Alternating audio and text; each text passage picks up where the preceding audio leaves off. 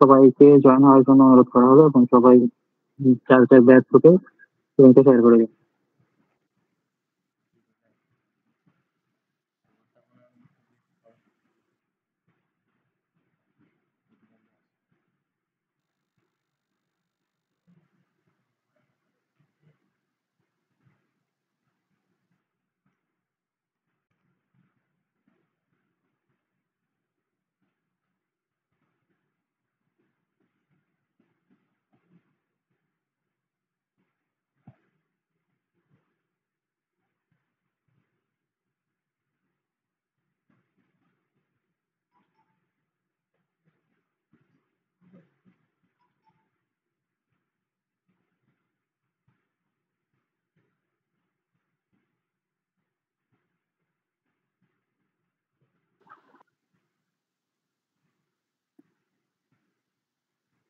আসসালামু আলাইকুম সবাইকে।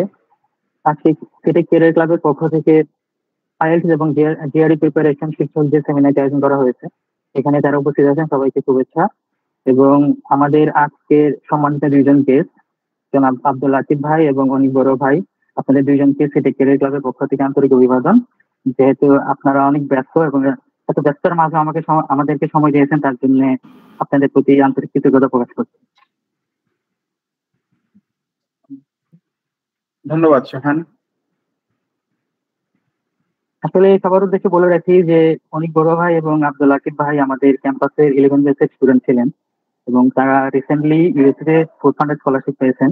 এবং তাদের প্রিপারেশনটা আসলে কেমন ছিল এবং তাদের কাছ থেকে আমরা কিভাবে আহ, পরামর্শ নিয়ে আমাদের সামনের দিনগুলোকে আরো সুন্দর করতে পারি, তার জন্য আমাদের আজকের এই প্রোগ্রাম। আশা করি এই প্রোগ্রাম থেকে আমরা যারা রানিং স্টুডেন্ট আছি এবং যারা ভবিষ্যতে বাইরে যেতে চাই, তারা খুবই উপকৃত হব।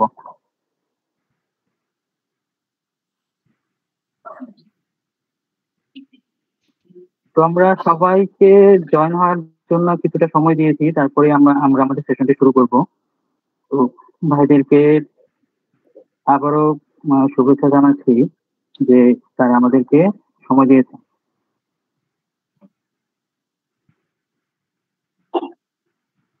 তোমাদেরকেও ধন্যবাদ। আসলে খুব দ্রুততার মধ্যে চলে আসছি, ক্যাম্পাসে যাওয়ার সময় হয় না, জানো এই পরিস্থিতিটা খারাপ ছিল, নাহলে হয়তো ফিজিক্যালি দেখা করার সুযোগ হতো। জি ভাই,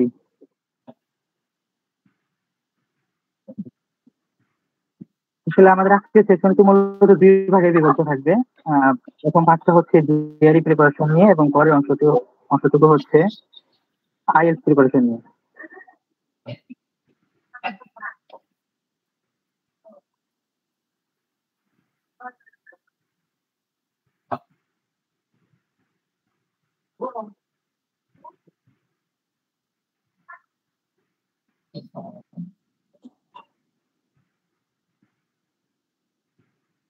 তো আমি প্রথমেই অনেক বড় ভাইকে সেশনটি শুরু করার জন্য অনুরোধ করছি।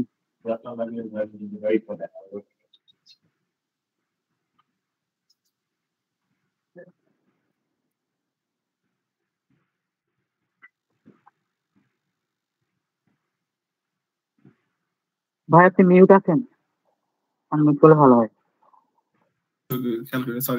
Sorry.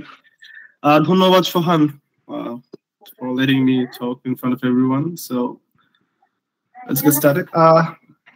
GRE preparation আমি যদি শুরু থেকে বলি, তো আমি নেওয়া শুরু করি হচ্ছে 2023 সালের জানুয়ারি মাস থেকে, right after the graduation. So my preparation was around 4 months long. Then হচ্ছে মে 22 তারিখ আমি আমার জিআরই পরীক্ষাটা দিই। তো আমি যখন জিআরই পরীক্ষাটা দিচ্ছিলাম তখন হচ্ছিল যে জিআরই লঙ্গার ভার্সনটা, so it was almost like 4 hours long. তো খুব টায়ারিং একটা এক্সাম ছিল, এক্সস্টিং একটা এক্সাম ছিল। বাট সেপ্টেম্বরের 23 তারিখের পর থেকে জিআরই ফরম্যাট চেঞ্জ হয়ে যায়। তখন আমরা বর্তমানে যে জিআরইটা নিয়ে কথা বলবো সেটা হচ্ছে shorter form of GRE, it is almost like 1 hour 52 minutes. So তো আমি একটা স্লাইড শেয়ার করি।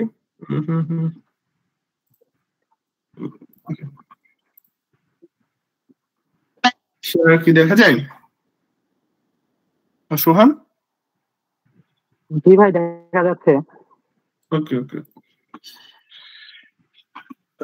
তো আমার প্রিপারেশন ছিল বললামই যে জানুয়ারি থেকে শুরু করে মে পর্যন্ত অনেকটা। তো জিআরই প্রিপারেশনের জন্য এই ম্যাক্সিমাম টাইমটা যথেষ্ট, যে 3-4 মাসের একটা প্রিপারেশন, 4 মাসের একটা প্রিপারেশন, যদি আর্লিয়ার কোনো ধরো বেসিক যদি থাকে, তো 4 মাসের প্রিপারেশনটা আমি মনে করি বেটার।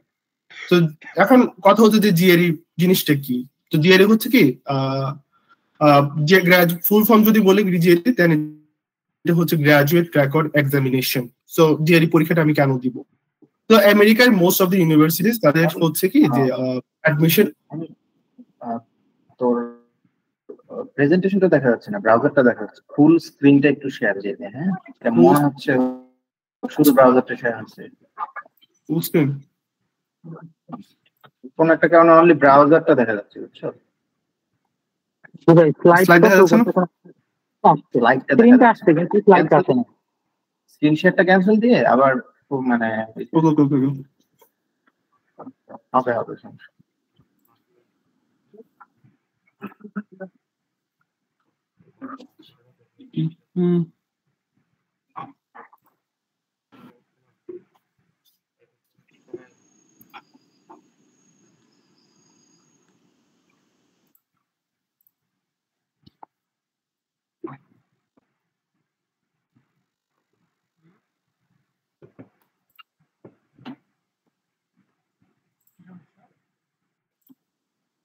দেখা যায়, পাওয়ার পয়েন্ট দেখা যায়। ওকে ওকে। তো যেটা বলতেছিলাম যে জিআরই এর ফুল ফর্মটা কি, গ্রাজুয়েট রেকর্ড এক্সামিনেশন। তো জিআরই পরীক্ষাটা হচ্ছে কি, আমি নর্মালি হচ্ছে পরীক্ষা দেওয়ার 15 দিন আগে বা 20 দিন আগে আমি তখন এটা রেজিস্ট্রেশন করতে পারি, যে মিনিমাম টাইম ফ্রেম যেটা। তো জিআরই পরীক্ষাটা হচ্ছে কি কেন দিব একটা কোয়েশ্চেন, যে মোস্ট অফ দ্য আমেরিকার ইউনিভার্সিটি যারা আছে, তো তাদের অ্যাডমিশন রিকোয়ারমেন্টের একটা অংশ হিসেবে তারা জিআরই থেকে প্রাধান্য দেয়। তো এটা এমন না যে জিআরই দিলে আমার স্কলারশিপ হয়ে যাবে বা সামথিং এমন কিছু, বাট জিআরই স্কোর থাকলে better, you can get consideration for the admission. So that is the point.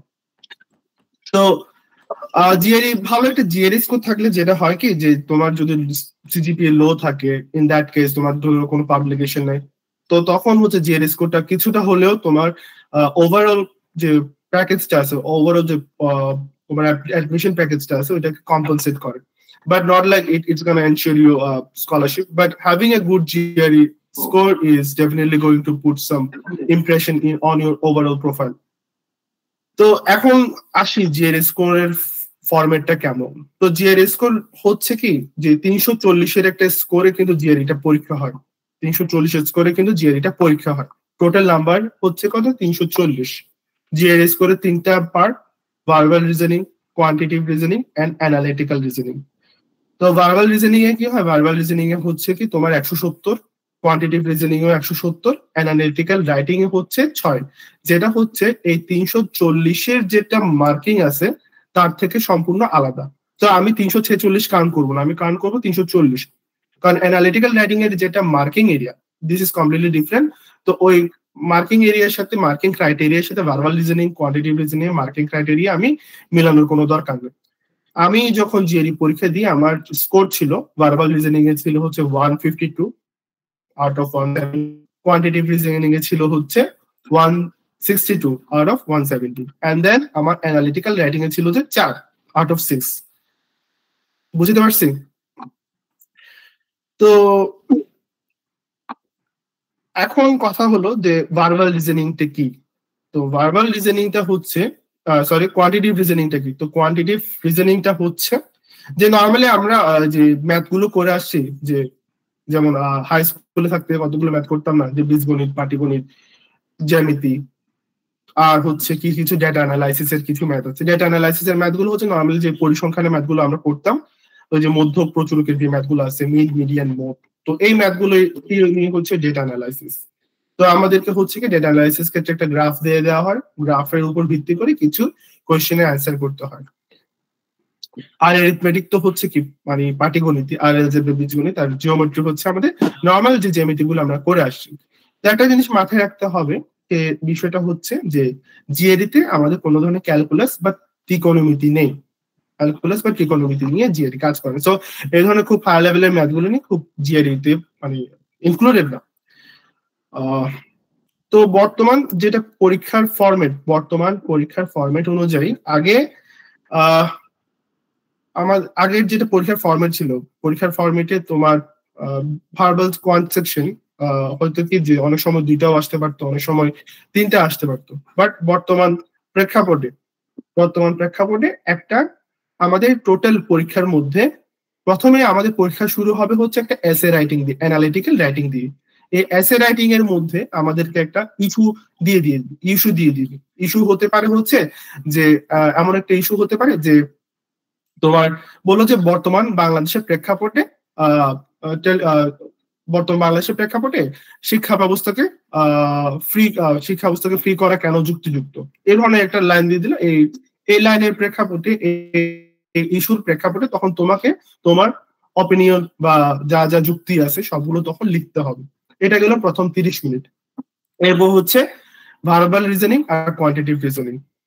এখন যেহেতু কোয়ান্টিটিভ রিজনিং নিয়ে কথা বলতেছি, তাহলে আমি বলি যে কোয়ান্টিটিভ রিজনিং এ নর্মালি হচ্ছে সবকিছুই ম্যাথ ইনক্লুডেড।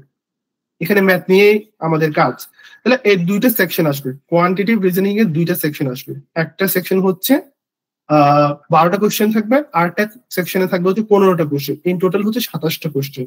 তাহলে প্রথম সেকশনের জন্য আমার সময় পাবো 21 মিনিট, আর পরবর্তী সেকশনের জন্য আমি সময় পাবো 26 মিনিট। ঠিক আছে? তো এইখানে হলো আমাদের বিষয়। তো আমি যদি প্রথম সেকশনটা আমার যদি ভালো হয়, প্রথম সেকশনটা সবসময় মিডিয়াম দিয়ে শুরু হয় ম্যাথের ক্ষেত্রে, তাহলে আমার পরবর্তী সেকশনটা কঠিন আসবে। প্রথম সেকশনটা যদি আমার ইজি হয়, প্রথম সেকশনটা যদি আমার ভালো না হয়, যদি আমি একটা মার্কিং ক্রাইটেরিয়া থাকে, ওইটা যদি পার করতে না পারি, 12-এর মধ্যে যদি আমি মিনিমাম যদি 6 বা 7 না পারি, তাহলে পরবর্তী সেকশন আসবে ইজি।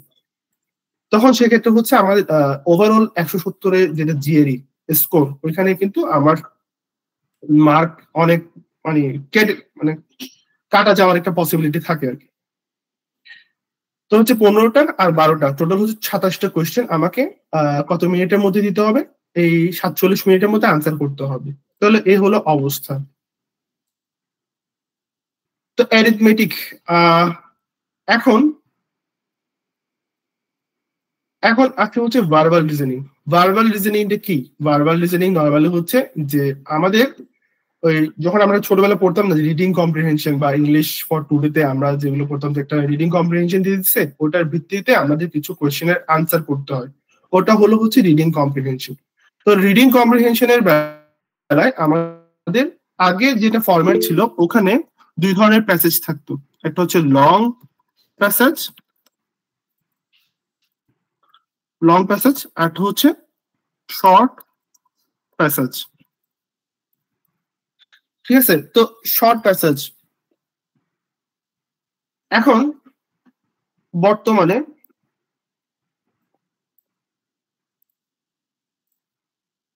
লং প্যাসেজ আর হচ্ছে শর্ট প্যাসেজ। তো বর্তমানে যেটা হয়, বর্তমানে হচ্ছে কি লং প্যাসেজ খুব একটা আসে না। বর্তমানে হচ্ছে লং প্যাসেজের আসার প্রবণতাটা খুবই কম, বাট শর্ট প্যাসেজ আসে। আরেকটা টাইপের আসে, সেটা হচ্ছে কি মিডিয়াম প্যাসেজ। তো এখন এগুলো কি? এগুলো হচ্ছে কি ওই যে নর্মালি যেটা বললাম যে আমাদের একটা বড়সড় একটা রিডিং দিয়ে দিল, বড়সড় একটা রিডিং অ্যাসাইনমেন্ট দিয়ে দিল, ওখান থেকে হচ্ছে কি আমাদের কিছু কোয়েশ্চেনের আনসার করতে হবে। এরপর হচ্ছে টেক্সট কমপ্লিশন। সোজা বাংলায় হচ্ছে কি শূন্যস্থান পূরণ। তো টেক্সট কমপ্লিশন যদি বলি, তো টেক্সট কমপ্লিশনের হচ্ছে আমার 3 ধরনের টেক্সট কমপ্লিশন আছে। একটা হচ্ছে সিঙ্গেল ব্ল্যাঙ্ক, তারপর হচ্ছে ডাবল ব্ল্যাঙ্ক, আর একটা হচ্ছে ট্রিপল ব্ল্যাঙ্ক। তাহলে আমাদের এখানে টোটাল টেক্সট কমপ্লিশনে আমাদের 3 ধরনের আছে, একটা সিঙ্গেল ব্ল্যাঙ্ক, ডাবল ব্ল্যাঙ্ক আর ট্রিপল ব্ল্যাঙ্ক। আর তো এ হচ্ছে অবস্থা। তো নর্মালি আমি যদি একটু শেয়ার করি, তাহলে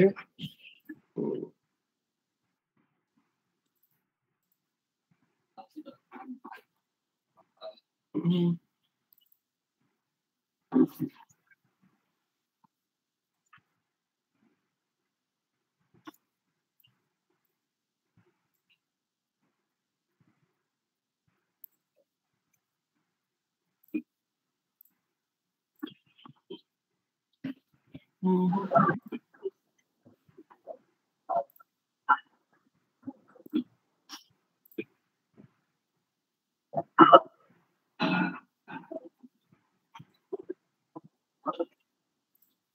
এখানে আমি যদি বলি যে সিঙ্গেল ব্ল্যাঙ্ক ডাবল ব্ল্যাঙ্কের যে আমি কথা বলতেছি এতক্ষণ, যে সিঙ্গেল ব্ল্যাঙ্কটা কি ডাবল ব্ল্যাঙ্কটা কি, যেমন এটা হচ্ছে কি আমাদের সিঙ্গেল ব্ল্যাঙ্ক। এখানে আমাদের একটা প্রশ্ন দিয়ে দিছে যেটা দেখতে কি, ঠিক আছে, the composer has never courted popularity, her rugged modernism seems to defy rather than to, এখানে একটা ব্ল্যাঙ্ক দ্য অডিয়েন্স।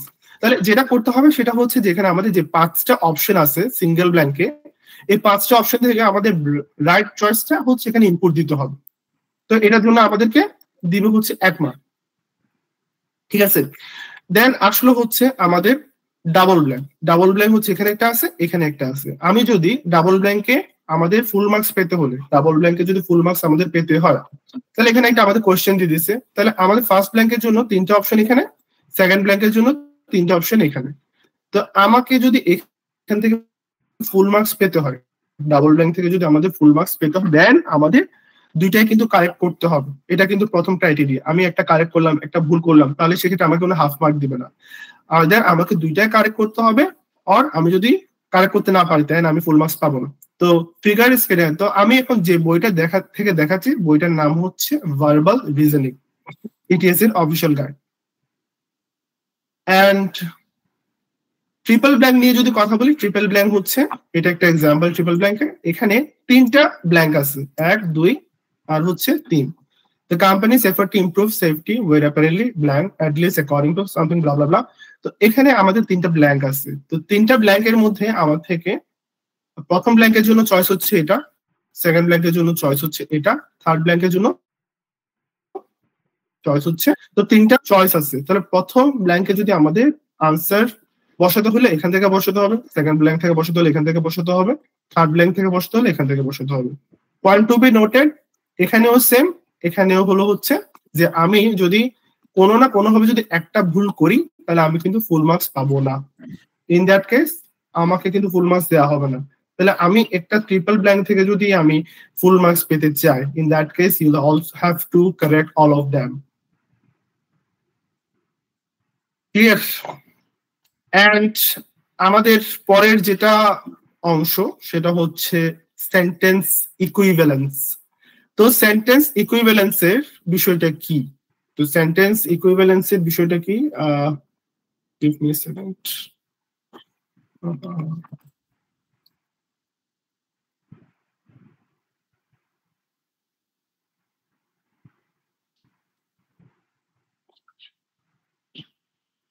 Okay.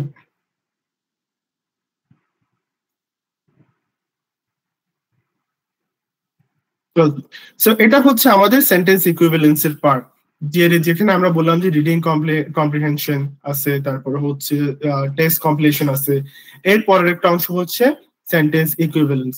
এটা হচ্ছে খুব ইজিয়েস্ট একটা পার্ট, জিএলই ভার্বালের খুব ইজিয়েস্ট একটা পার্ট হচ্ছে যে সেন্টেন্স ইকুইভ্যালেন্স। তো সেন্টেন্স ইকুইভ্যালেন্সে নাম্বার তোলাটা হচ্ছে খুবই দরকার। যদি আমি সেন্টেন্স ইকুইভ্যালেন্স বা টেক্সট কমপ্লিশনের নাম্বার তুলতে না পারি, ইন দ্যাট কেস আমার কিন্তু ওভারঅল যেটা ভার্বালের যে নাম্বারটা, ভার্বাল রিজনিং এর যে নাম্বারটা, সেটা কিন্তু আমাদের আপ টু দা মার্ক না হওয়ার পসিবিলিটিটা বেশি হয়ে যায়, কারণ রিডিং কম্প্রিহেনশন কম্পারেটিভলি হচ্ছে অনেক কঠিন আর কি। তো এটা হলো আমাদের কি, এটা হচ্ছে আমাদের সেন্টেন্স ইকুইভ্যালেন্স। তো আমাদের এখানে কি করতে হবে? এখানে অনেকটা হচ্ছে text completion, single blank text কমপ্লিশনের মতোই। তো এখানে যেটা করতে হবে সেটা হচ্ছে কি, যে এখানে একটা ব্ল্যাঙ্ক দেওয়া থাকবে, এখানে একটা ব্ল্যাঙ্ক দেওয়া থাকবে। তো ব্ল্যাঙ্ক যদি দেওয়া থাকে তাহলে আমরা কি করব? করব হচ্ছে যে আমাদের এখানে 1, 2, 3, 4, 5, 6টা অপশন দেওয়া আছে, ইন টোটাল 6 অপশন। তো 6টা অপশন থেকে আমাদের থেকে বেস্ট 2টা অপশন এখানে বসাতে হবে। বেস্ট 2টা অপশন এখানে আমাদের ইনপুট করতে হবে যে এই ব্ল্যাঙ্কের মধ্যে। তখন আমাদের থেকে দেখতে হবে যে কোনটার সাথে কোনটা আমাদের পেয়ারিং আছে। যেমন এখানে হতে পারে যে ইমপ্রুভের সাথে হতে পারে যে এনহ্যান্স বসতে পারে, তারপর হচ্ছে তারপর আর কি হতে পারে যে এখানে যদি আমি যদি আর কোনো পেয়ার খুঁজে না পাই তাহলে দেন হচ্ছে কি ইমপ্রুভ আর এনহ্যান্স এখানে আমি বসাবো। But before that you will also have to understand the logic of the whole passage here. এখানে যেটা সেন্টেন্স ইকুইভ্যালেন্ট যে পুরোটা এখানে প্রশ্ন আছে, এটা লজিকটা আমাদের বুঝতে হবে। শুধু আমরা পেয়ার দেখলে বসাই দিব তা কিন্তু না। এই হচ্ছে অবস্থা। তো এই হচ্ছে আমাদের সেন্টেন্স ইকুইভ্যালেন্স, এই হচ্ছে আমাদের সেন্টেন্স ইকুইভ্যালেন্স। এবার যদি আমি যাই যে রিডিং কম্প্রিহেনশন দেখতে কেমন, রিডিং কম্প্রিহেনশন দেখতে কেমন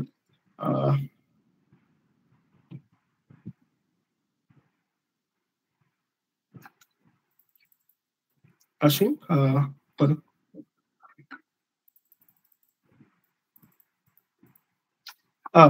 যেখানে একটা আমি রিডিং কম্প্রিহেনশন দেখতেছি যে এখানে আমাদের একটা প্যাসেজ দিয়ে দিছে, এটা একটা রিডিং প্যাসেজ দিয়ে দিছে।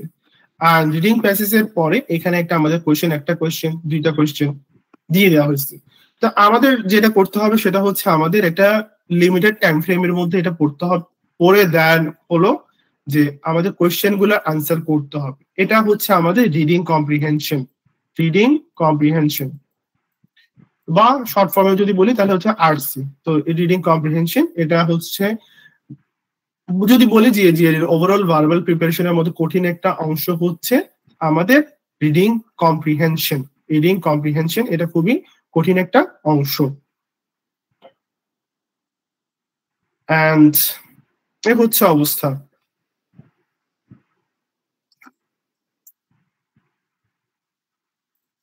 আর নেক্সট যেটা বলি সেটা হচ্ছে আমাদের ইস্যু টাস্ক।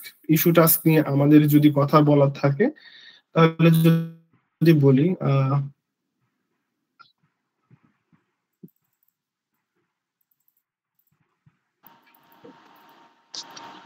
ওকে,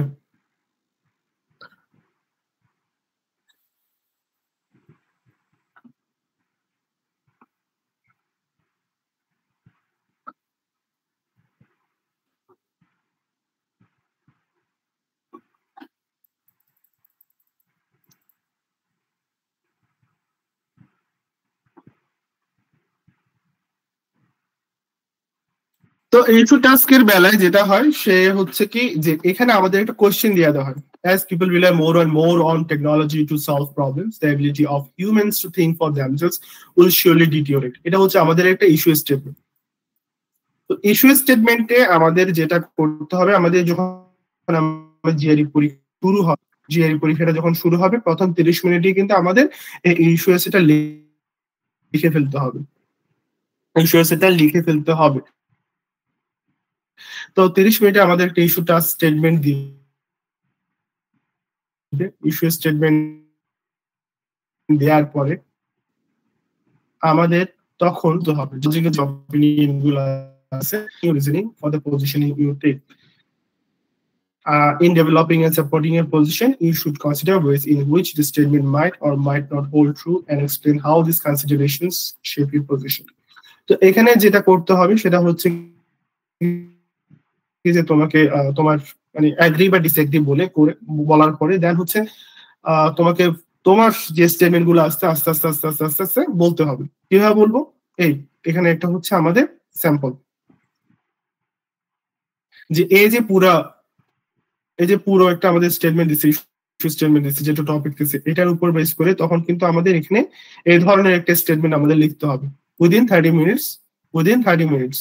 আরেকটা বিষয় বলে রাখি, জিআরইটা হচ্ছে completely computer based test. It is completely computer based test.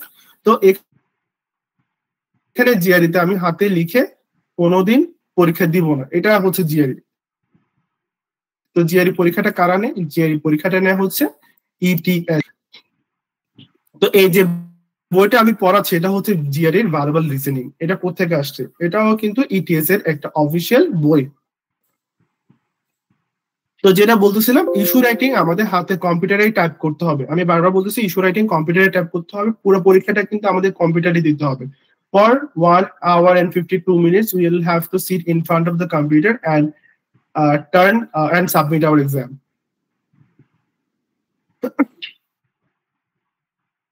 The statement linking technology. তো এখানে হচ্ছে কি এই ধরনের একটা স্টেটমেন্ট অবশ্যই লিখতে হবে।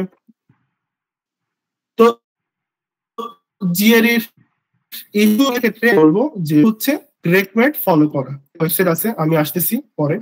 গ্রেকমেট ফলো করা, তো এই গ্রেকমেট ফলো করে দেন হচ্ছে কি আমি জিএর ইস্যুগুলো লিখতাম। আমার এডব্লিউ তে ছিল হচ্ছে 4/6। তখন আমি যখন পরীক্ষা দিয়েছি তখন ছিল যে আর্গুমেন্টও লিখতে হতো। এখন বর্তমানে তখন আর্গুমেন্টটা লিখতে হয় না, তাই আর আর্গুমেন্ট নিয়ে আর ওভাবে কোনো ধরনের ডিসকাশন আমরা আজকে করবো না।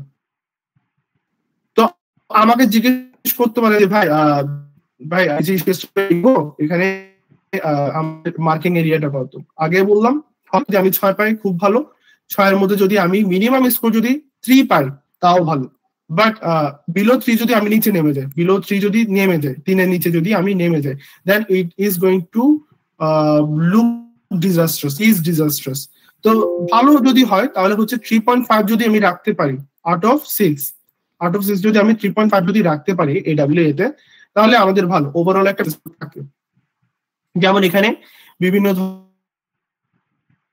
ধরনের স্কোরের মানে লেখা ওই অনুযায়ী যে কে স্কোর আছে 5, 4, 3, 2 দেখতে কেমন, 2 রেসপন্স, আর হচ্ছে এটা 1 রেসপন্স কেমন।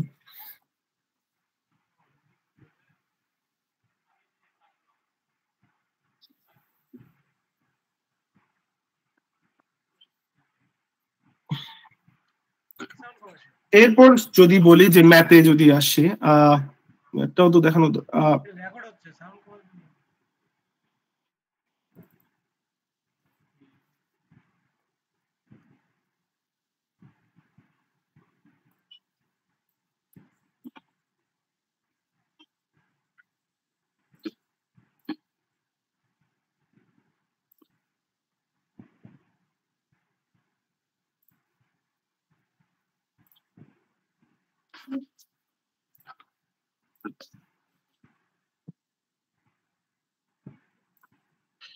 এরপর আসলে হচ্ছে ম্যাথের অংশে কোয়ান্টিটিভ রিজনিং। তো কোয়ান্টিটিভ রিজনিং দেখতে কেমন, কোয়ান্টিটিভ রিজনিং এর আমাদের আগে বলতেছি আমরা যারা মোটামুটি টিউশন করি 9, 10 স্টুডেন্ট পড়াই, তো তাদের জন্য অপর তা কিন্তু না। তো এখানে কয়েকটা পার্ট আছে, এরিথমেটিক আছে, অ্যালজেব্রা আছে, জিওমেট্রি আছে, ডেটা অ্যানালাইসিস আছে। তো এ হচ্ছে আমাদের ম্যাথের সিলেবাস।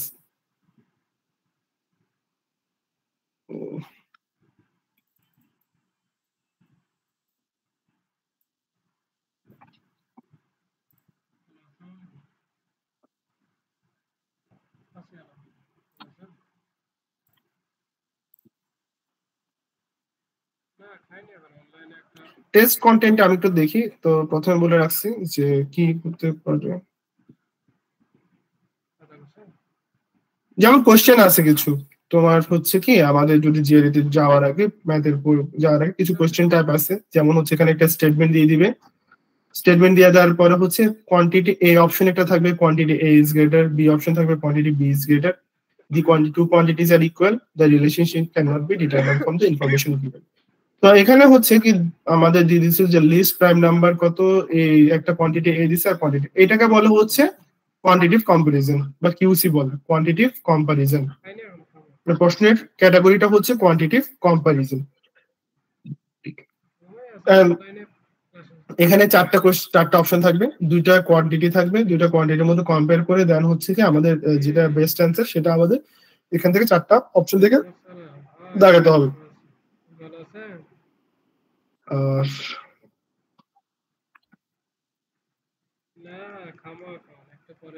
এরপরে হচ্ছে নর্মালি একটা কোয়েশ্চেন, এটা হচ্ছে multiple choice question. Multiple choice কোয়েশ্চেনের 5টা অপশন থাকবে।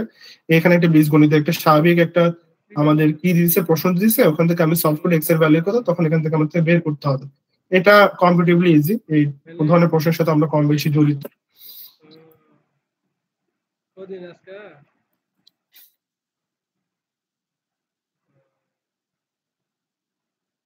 ঠিক আছে, পরীক্ষা নাই দেরি আছে।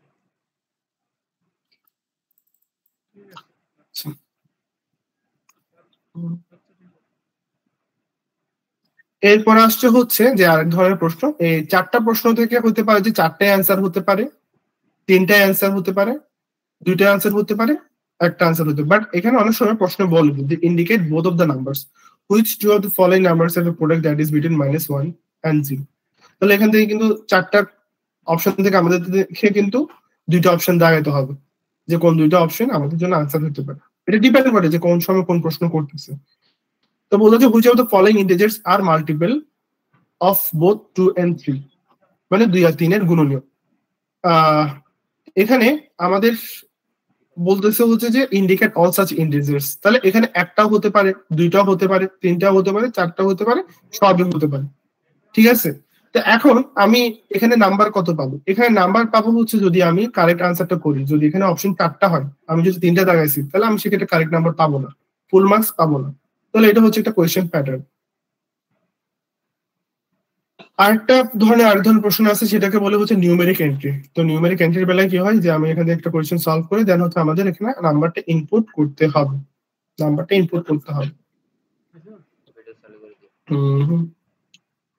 এরপরে হচ্ছে কি ডেটা অ্যানালাইসিস। ডেটা অ্যানালাইসিস,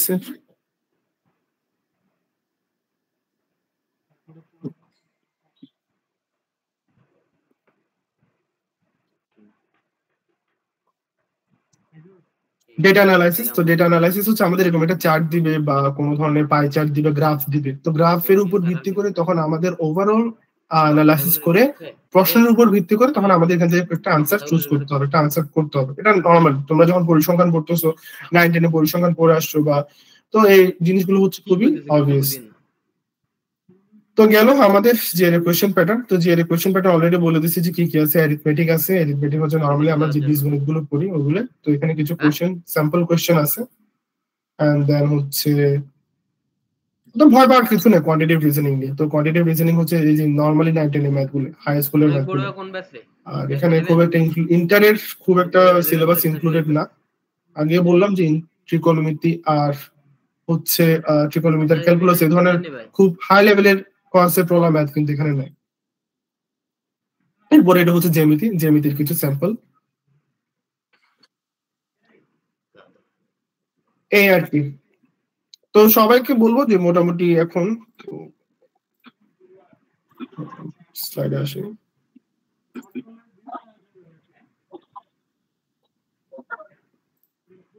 অসংখ্য ধন্যবাদ ভাইকে আমাদের সামনে সুন্দর করে জিআরই বিষয়ে। হ্যাঁ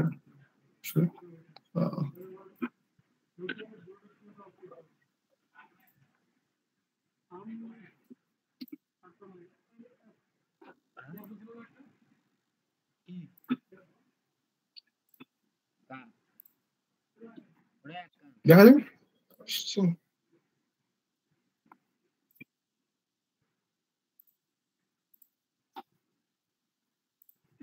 ওকে, এ হচ্ছে আমাদের মোটামুটি একটা ওভারঅল সবার একটা আইডিয়া হওয়ার কথা এতক্ষণে, যে ভার্বাল রিজনিং কেমন, কোয়ান্টিটিভ রিজনিং কেমন, বা অ্যানালাইটিক্যাল রাইটিং অ্যাবিলিটিটা কেমন। তো এটা সবার মোটামুটি আশা করি ক্লিয়ার হয়ে গেছে। তো এখন আমাদের তো টোটাল এটা হচ্ছে আমাদের ভার্বাল রিজনিং এ 2টা সেকশন থাকবে, 12টা কোয়েশ্চেন। প্রথম সেকশনে 12টা কোয়েশ্চেন, পরের সেকশনে 15টা কোয়েশ্চেন, 18 মিনিট 23 মিনিট। প্রথম সেকশনে হচ্ছে কোয়ান্টিটিভ রিজনিং এ 12টা কোয়েশ্চেন, পরের সেকশনে হচ্ছে আমাদের 15টা কোয়েশ্চেন।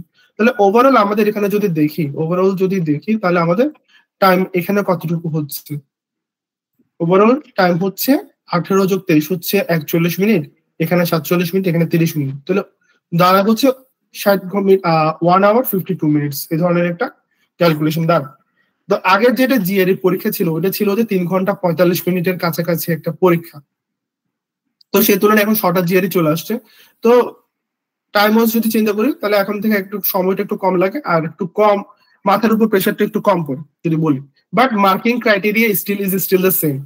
আমি বলবো এখনকার মার্কিং ক্রাইটেরিয়াটা আগে থেকে একটু হার্ডার। আগে তো একটু বেশি ভুল করলে খুব একটা ঝামেলা হতো না। বাট এখন হচ্ছে একটা বা 2টা কোশ্চেন যদি আমি যদি ভুল করি, তখন সেক্ষেত্রে আমার ওভারঅল যেটা স্কোর আছে সেখানে কিন্তু অনেক বড় একটা ইম্প্যাক্ট রাখে। তো এখন জিআরির মার্কিং এরিয়াটা কেমন, যে 170 আমি কিভাবে কাউন্ট করব, বা 106 এটা কিভাবে কাউন্ট করব। সবাইকে প্রথমে বলে রাখি, আমি যখন জিআরই পরীক্ষা দিতে যাব তখনই আমাকে ওরা ভার্বাল রিজনিং এ 130 দিয়ে দিবে 170-এ, আর কোয়ান্টিটিভ রিজনিং এ কিন্তু 130 দিয়ে দিবে। এটা হচ্ছে পরীক্ষা অ্যাটেন্ড করলে 130 260 আমি পেয়ে যাব। 340 out of 340 I will get 264 or just only attending the exams, just only attending the exam। তো আমাদের বাকি থাকে হচ্ছে 40 নাম্বার। এই 40 নাম্বারের উপরে হচ্ছে আমাদের 170 এই যে 40 নাম্বারের উপরে কিন্তু আমাদের স্কোরিংটা হয়। Okay, wait.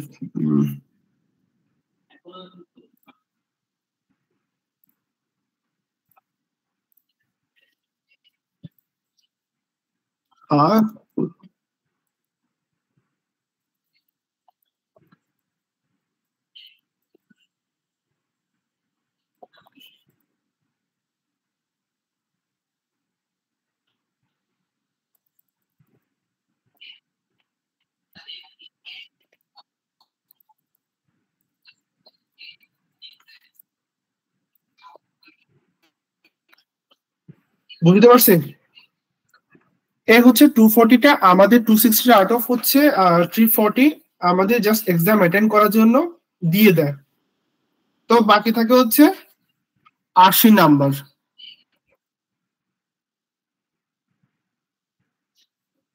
তো বাকি থাকে হচ্ছে 80 নাম্বার। এই 80 নাম্বারের উপরে কিন্তু আমাদের ওভারঅল পরীক্ষাটা হয়, মাথায় রাখতে হবে। তো এখন আমাদের এই যে 70 নাম্বারের বা 170 নাম্বারের এই যে বিষয়টা, যে পরীক্ষাটা আমাদের মার্কিং কিভাবে করা হয়, তো এটার জন্য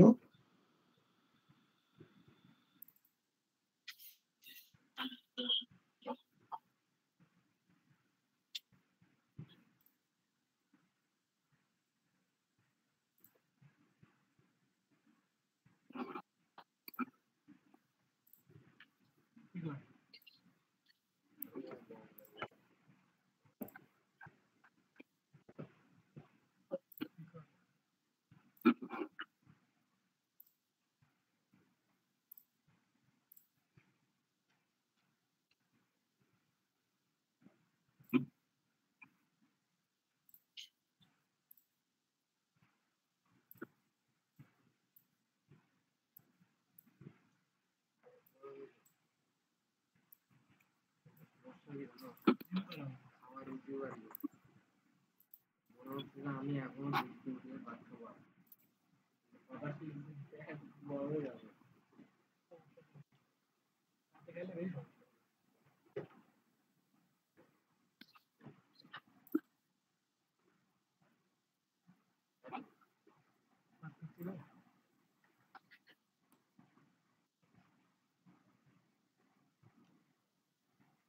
কিছু কয় না কেন, স্লাইড বানাচ্ছে কেন?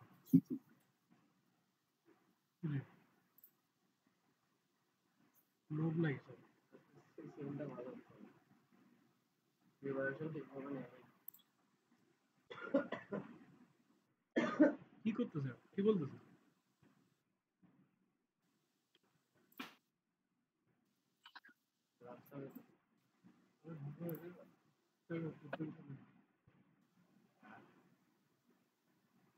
ঠিক আছে,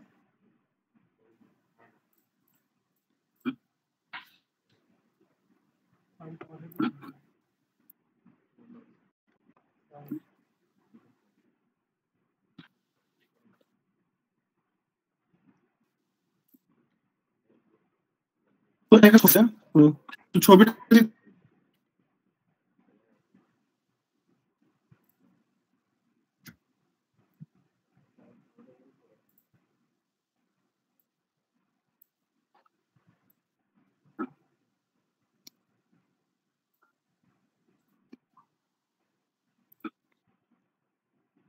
ছবিটার দিকে তুই যদি তাকাই এটা কেমন হচ্ছে, তাহলে আমি যদি এখানে 12টা কোয়েশ্চেন, এখানে 15টা কোয়েশ্চেন, এখানে 12টা কোয়েশ্চেন, এখানে 15টা কোয়েশ্চেন, তাহলে এখানে যদি আমি এখানে যদি 12টা পাই তাহলে আমাদের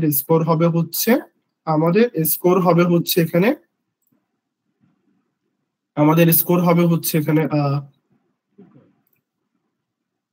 এখানে হচ্ছে আমাদের 15 আর এখানে হচ্ছে আমাদের 12।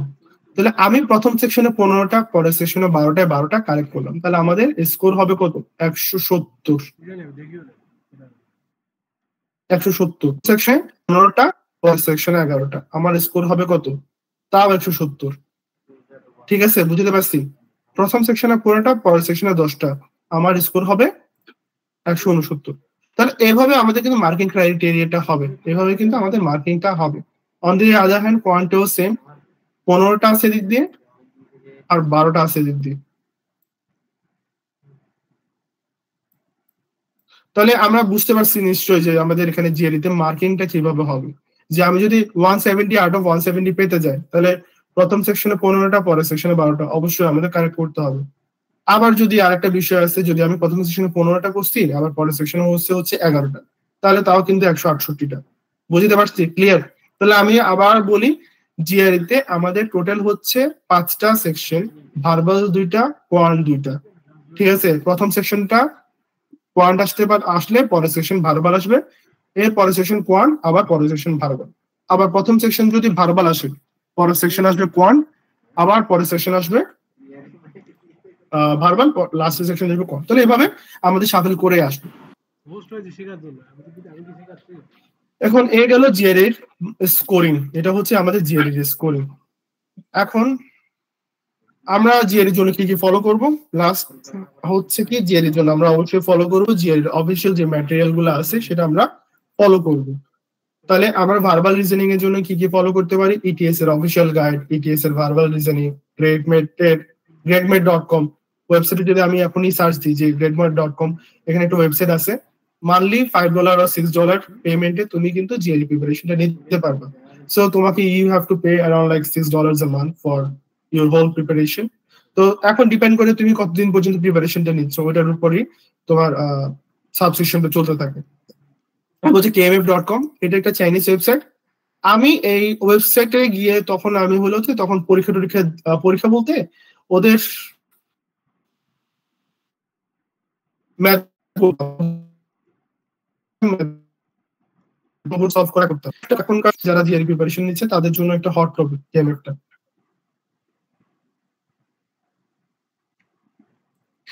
এরপরে হচ্ছে ওয়ার্ড এর জন্য সবচেয়ে ইম্পর্টেন্ট একটা বিষয় হচ্ছে জিআরইতে আমরা ওয়ার্ড কয়টা শিখবো। আমি ওয়ার্ড এর জন্য ফলো করছি গ্রেকমেটের ওয়ার্ড লিস্ট। এর পাশাপাশি ম্যাগুস ওয়ার্ড লিস্টও ফলো করতাম।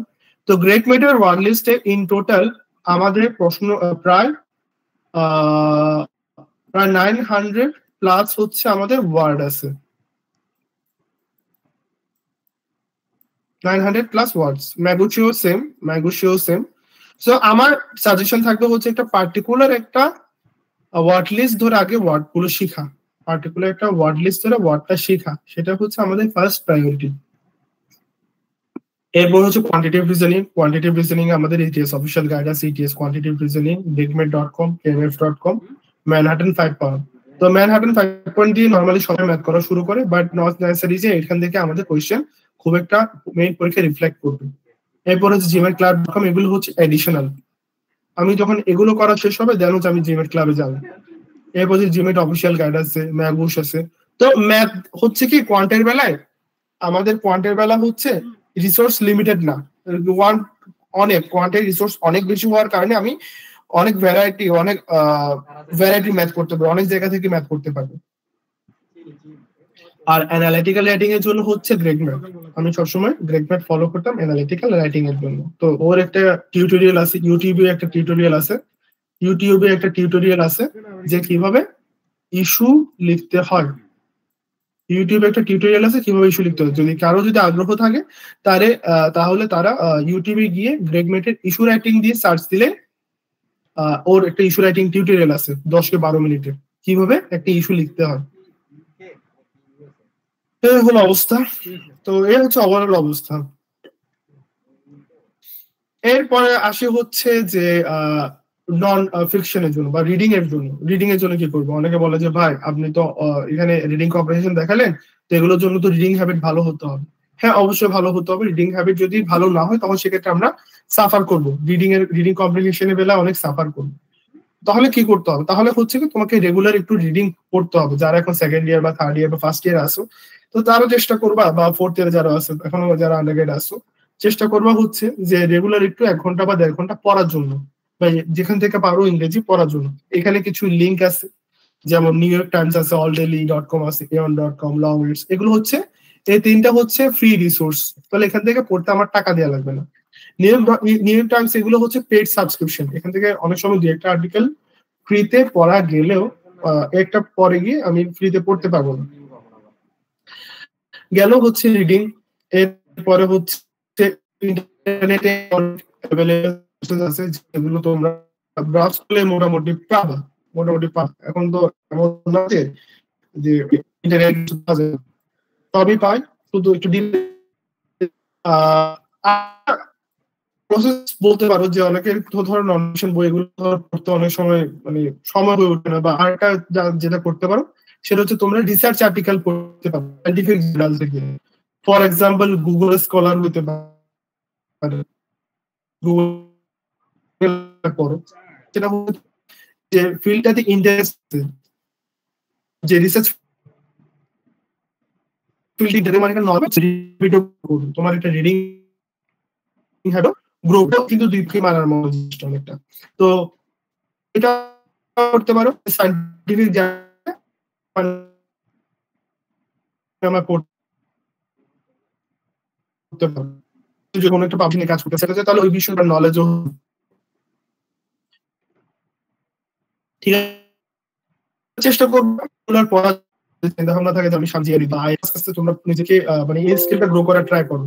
ডেইলি পারলে অন্তত 1 ঘন্টা 1/2 ঘন্টা একটু পড়ার ট্রাই করো। এই সময়টা যদি দাও তোমার নিজেরই ভালো, নাহলে পরে দিয়ে যখন তুমি জিআরই প্রিপারেশন নিতে যাবে, জিআরই প্রিপারেশন আর পাশাপাশি হচ্ছে ওয়ার্ড শেখা। আমি যেটা করতাম সেটা হচ্ছে কি গ্রেট মেটার ওয়ার্ড লিস্ট গুলো তখন আমি মানে ওয়ার্ড লিস্টটা তখন হচ্ছে মোবাইলে একটা অ্যাপ ছিল ব্যাগুশ, ওটা থেকে পড়তাম, আস্তে আস্তে পড়তাম। দেন পরদিন যখন তখন গ্রেট ওয়ার্ড লিস্টটা পড়া শুরু। তো গ্রেট মেটার 30টা সেট আছে, 30টা সেট, ওটা সেটে হচ্ছে 30টা করে শব্দ। প্রতিটা সেটে 1 সেট ইজ ইকুয়াল টু 30 ওয়ার্ডস, 30 ওয়ার্ডস। এ হচ্ছে আমাদের অবস্থা। তো আর এখন আমি আকিবকে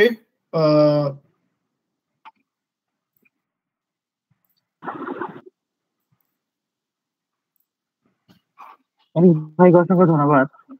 সোহান, জি ভাই। হ্যাঁ আমি এখন আমার আবার যতটুকু পার্ট ততটুকু বললাম, এখন আকিব ওর পার্টটা শুরু করবেন। ভাই আপনাকে অসংখ্য ধন্যবাদ যে আপনি খুব সুন্দর করে গুছিয়ে নিজের সামনে যে আরেকটা বিষয় বলে রাখি, ইটিএস এ যদি রেজিস্ট্রেশন করতে হয় দেন হচ্ছে আমাদের ইটিএস এর ওয়েবসাইটে যেতে হবে। ইটিএস এর ওয়েবসাইটে গিয়ে ওখান থেকে আমাদের রেজিস্ট্রেশন করতে হবে। বাংলাদেশে হচ্ছে কি জিআরই পরীক্ষা দিতে গেলে আমাদের ঢাকায় গিয়ে দিতে হবে। বনানী ট্রিপলে একটা সেন্টারে ছিল, ওখানে আমি পরীক্ষাটা দিয়েছিলাম। তো এগুলো আরো অনেক পরের বিষয়, আপাতত আমরা জিআরই প্রিপারেশন নিয়ে ফোকাস করলে বেটার। ঠিক আছে, থ্যাংক ইউ ভাইয়া। তো এখন আমাদের সাথে যারা মিটিং এ যুক্ত আছেন তাদের উদ্দেশ্যে আমি বলতে চাই যে আপনাদের যদি কোনো প্রশ্ন থাকে আপনারা কমেন্টে লিখবেন এবং শেষ পর্যন্ত থাকবেন। শেষে ভাইরা তাদের পছন্দ মতো প্রশ্নগুলোর উত্তর দেওয়ার চেষ্টা করবে। তো এই পর্যায়ে আমি আকিব ভাইকে অনুরোধ করবো আজকে প্রোগ্রামের বাকি অংশ সম্পর্কে বিস্তারিত আলোচনা করার জন্য। আসসালামু আলাইকুম সবাইকে। ধন্যবাদ। আমার কথা কি শোনা যাচ্ছে? সোহান আমাকে একটু বলো তো ভাই, স্পষ্ট শোনা যাচ্ছে কি আমার কথা? ধন্যবাদ সবাইকে থাকার জন্য এখানে। আমি হচ্ছে অনেক জিআরই নিয়ে কিছু কথা বললো, আমি নিজেও কিছু কথা অ্যাড করবো। আমি সবাইকে আপনি করে সম্বোধন করি, এখানে জুনিয়রও থাকতে পারে, সিনিয়র হতে পারেন। আপনারা জিআরই রিলেটেড অনেক প্রশ্নই আপনাদের মনের মধ্যে উকি দিবে, আপনারা প্রশ্ন করবেন, বাট আমি কয়েকটা কোয়েশ্চেন নিজের মনে সবসময় ঘুরতো প্রথম আমি এগুলো একটু একটু ছোট করে টাচ করব। সবার আগে হচ্ছে জিআরই লাগে কেন, ওয়াই জিআরই, মানে কি কারণে দরকারটা কি, এত কষ্ট করার প্রয়োজনটা কি আমার। আমি আসলে কষ্ট করার প্রয়োজন দুইটা কারণে। একটা হচ্ছে আমাদের মতো যারা সিজিপি করি তাদের লাগবে, বিকজ আমার সিজিপিএ ছিল 3.36। আমি জিআরই না দিলে আসলে পারতাম না, সত্য কথা। জিআরই আমার একমাত্র অস্ত্র ছিল। আর পরে দিয়ে আমরা কথা বলবো, জিআরইর সাথে স্টেটমেন্ট অফ পারপাস থাকে, লেটার অফ রেকমেন্ডেশন লেটার, এগুলো থাকে। কারো যদি পাবলিকেশন থাকে সেটাও থাকে। বাচারি হচ্ছে সবচেয়ে বড় অস্ত্র এই যুদ্ধটার মধ্যে। কারণ যদি বাইরে আসতে হয় সবার আগে জিআরই। ইউএসএ তে আরেকটা ব্যাপার যেটা বলতে নিছিলাম, টাকার জন্য, মানে টাকা দেয় ইউএসএ আপনাকে যদি আপনি জিআরই দেন। আপনি জিআরই দিচ্ছেন, হ্যাঁ আপনি জিআরই দিচ্ছেন হচ্ছে $300 বা $200 খরচ করে।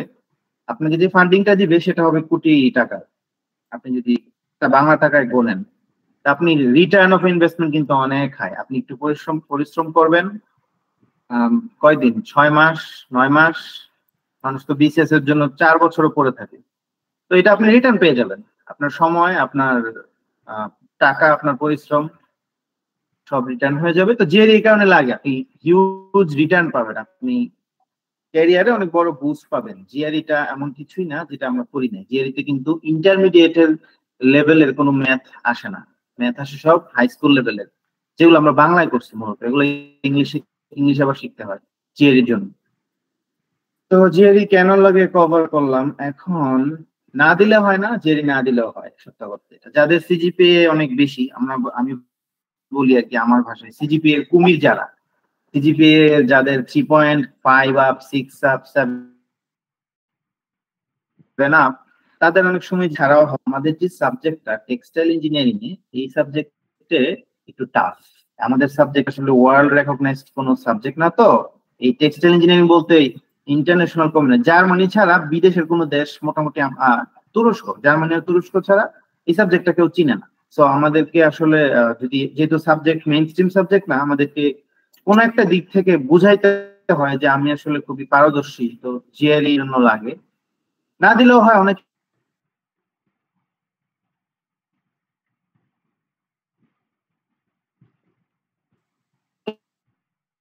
হাই সিজি এখানে রিকোয়ারমেন্ট না, যারা অ্যাপ্লাই দিচ্ছে তারা চেষ্টা করে অ্যাপ্লিক্যান্টটা কিরকম। সেক্ষেত্রে জিআই না থাকলে তারা পেপার দেখবে, পেপার না থাকলে থিসিস না থাকলে সিজিপিএ দেখবে, সিজিপিএ না থাকলে আসলে এইগুলাই দেখে মূলত।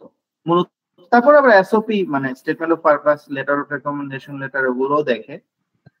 আর জিআরইতে কত লাগে মূলত, তো 340-এর অনেক বললো, এর মধ্যে থেকে লাগবে হচ্ছে, যদি আপনার সিজিপিএ, মানে আমার এস্টিমেটে সিজিপিএ যদি 3.5 আপ করলেই কাজ হয়ে যায়।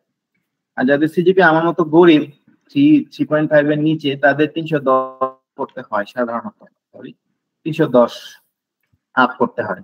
এর মধ্যে কোয়ান্টে, এটা আমি একটু বলি, কোয়ান্টে 160 আপ করলে আপনি শিওর ইউএসএ তে আসবেন। আপনি যদি কোয়ান্টে 160 পেয়ে থাকেন এবং মোটামুটি 300 আপ করে থাকেন, 310 একটু বাড়িয়ে বললাম, আপনি শিওর ইউএসএ তে আপনার সাথে আমার দেখা হচ্ছে নেক্সট ইয়ার বা পরের ইয়ার বা এর পরের ইয়ার। এই হচ্ছে। আর কতদিন লাগে বললাম, এই তো যা যতদিন লাগে। আমার লাগছে পার্সোনালি, আমি করোনার টাইমে পড়াশোনা করছিলাম, আমি আসলে সময় বেশি লাগছে, আমি গাধা স্টুডেন্ট, আমার 9 মাস লাগছে। But it was worth it. আমার সময় দিতেই হতো। আমি আসলে যে কোনো ক্যারিয়ারই পার্সু করি না কেন, আমাকে 9 মাস বা 10 মাস, 1 বছর সময় তো দিতেই হতো। কতদিন লাগে এটা হচ্ছে নিজের উপর, বাট জেনারেলি 6 মাস হচ্ছে, মানে একটা ভালো এস্টিমেট সবার জন্য। আর একটা কথা আমি বলবো, আমার জার্নিটা শুরু হয়েছিল 2019-এ। আমি তখন এই যে বিদেশ বা ইউএসএ তে যাওয়া, কোন দেশে যাওয়া, পড়াশোনার কি বেনিফিট, কেন যাব, কিভাবে যাব, এগুলো জানার জন্য ফার্স্ট সবচেয়ে ইউজফুল যে সোর্সটা ব্যবহার করতে পারছিলাম, সেটা হচ্ছে সাবাস ফাঁকিবাজ নামে একটা ইউটিউব চ্যানেল আছে। আপনারা সার্চ করেন সাবাস ফাঁকিবাজ, এটা অনেক ভালো একটা ইউটিউব চ্যানেল। এন্ড এই হচ্ছে জিআরই নিয়ে আমার কিছু রিমেইনিং কথা যেগুলো বলা আমার মনে হয়েছে দরকার। আমি আমরা আরো জিআরই নিয়ে আলাপ আলোচনা করবো। এখন আমি একটু আইএলটিএস নিয়ে কথা বলি। আইএলটিএস টা কেন দরকার সেটা নিয়ে অনেক কথা আছে। আইএলটিএস এর পরিচয় আমি দিব না। আইএলটিএস এর পরিচয় হচ্ছে আইএলটিএস লাগে বিকজ আমরা হচ্ছে ইংলিশ স্পিকিং কান্ট্রি না। তো আইএলটিএস টা দিলে পুরো দুনিয়ার সকল দেশে দরজা খুলে যায়। আপনি ইউএসএ তে আসেন বা যে দেশে যান আইএলটিএস সব জায়গায় রেকগনাইজড। আমি সাজেস্ট করব জিআরই দেওয়ার আগে আইএলটিএস টা দেওয়া, বিকজ আমরা সাধারণত ইংলিশে দুর্বল থাকি। আইএলটিএস টা জিআরই থেকে ইজি। আপনি আইএলটিএস দিয়ে জার্নিটা শুরু করলে আপনি ইজি থেকে কঠিনের দিকে যাচ্ছেন, তার মানে আপনার জন্য জার্নিটা সহজ হবে। আস্তে আস্তে ধীরে আপনি গ্রো করবেন, আপনার ব্রেনকে সময় দিলেন গ্রো করার জন্য। এই হচ্ছে অবস্থা। আইএলটিএস এর ব্যাপারে হচ্ছে বেসিক যে কথাবার্তা সেটা আমি বলতে পারি, বাট ছোটখাটো করে বলি, বিকজ বেসিক কথা বলতে ইউটিউবে অনেক আছে, আমার এখানে বলার প্রয়োজনীয়তা নাই। আইএলটিএস এর মধ্যে 9 এর মধ্যে স্কোর হয়। আইএলটিএস লাগে হচ্ছে 6.5। মানে আইএলটিএস এর আরো কিছু পার্টস থাকে, আইএলটিএস এর ভিতরে কি কি থাকে আমি বলবো। তো এই হচ্ছে অবস্থা। বাই দ্য ওয়ে, আইএলটিএস দেওয়া শুরু করলে আপনি বিদেশ যাওয়ার জন্য এক পা এগিয়ে গেছেন। আপনি সাহস পাবে মনের মধ্যে, দেখবেন যে সকল ধরনের প্রিপারেশন আপনার একটা গতি চলে আসছে। তো আইএলটিএস এর পড়া শুরু করলে, সরি আইএলটিএস দেওয়া শুরু করলে না, আইএলটিএস পড়া শুরু করলে, আর আইএলটিএস দিয়ে ফেললে আপনার একটা দরজা খুলে গেল, আপনি বিদেশ যেতে পারবেন, এটা আপনি কনফার্ম। এরপর আপনি বাকি আরো প্রোফাইল গোছানোর সময় পেলেন এবং করলেন। আইএলটিএস এর মধ্যে না, আইএলটিএস এর মধ্যে হচ্ছে 4টা পার্টস থাকে। 4টা পার্টস হচ্ছে listening, reading, writing and speaking. একটা ভাষার 4টা দিক। এটা বেসিক কথা, বাট আমি তবুও বলে যাই।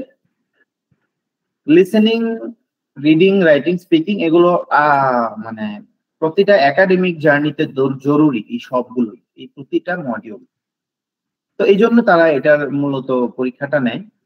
আপনাকে সকল মডিউলে এক্সপার্ট হইতে হবে এমন না।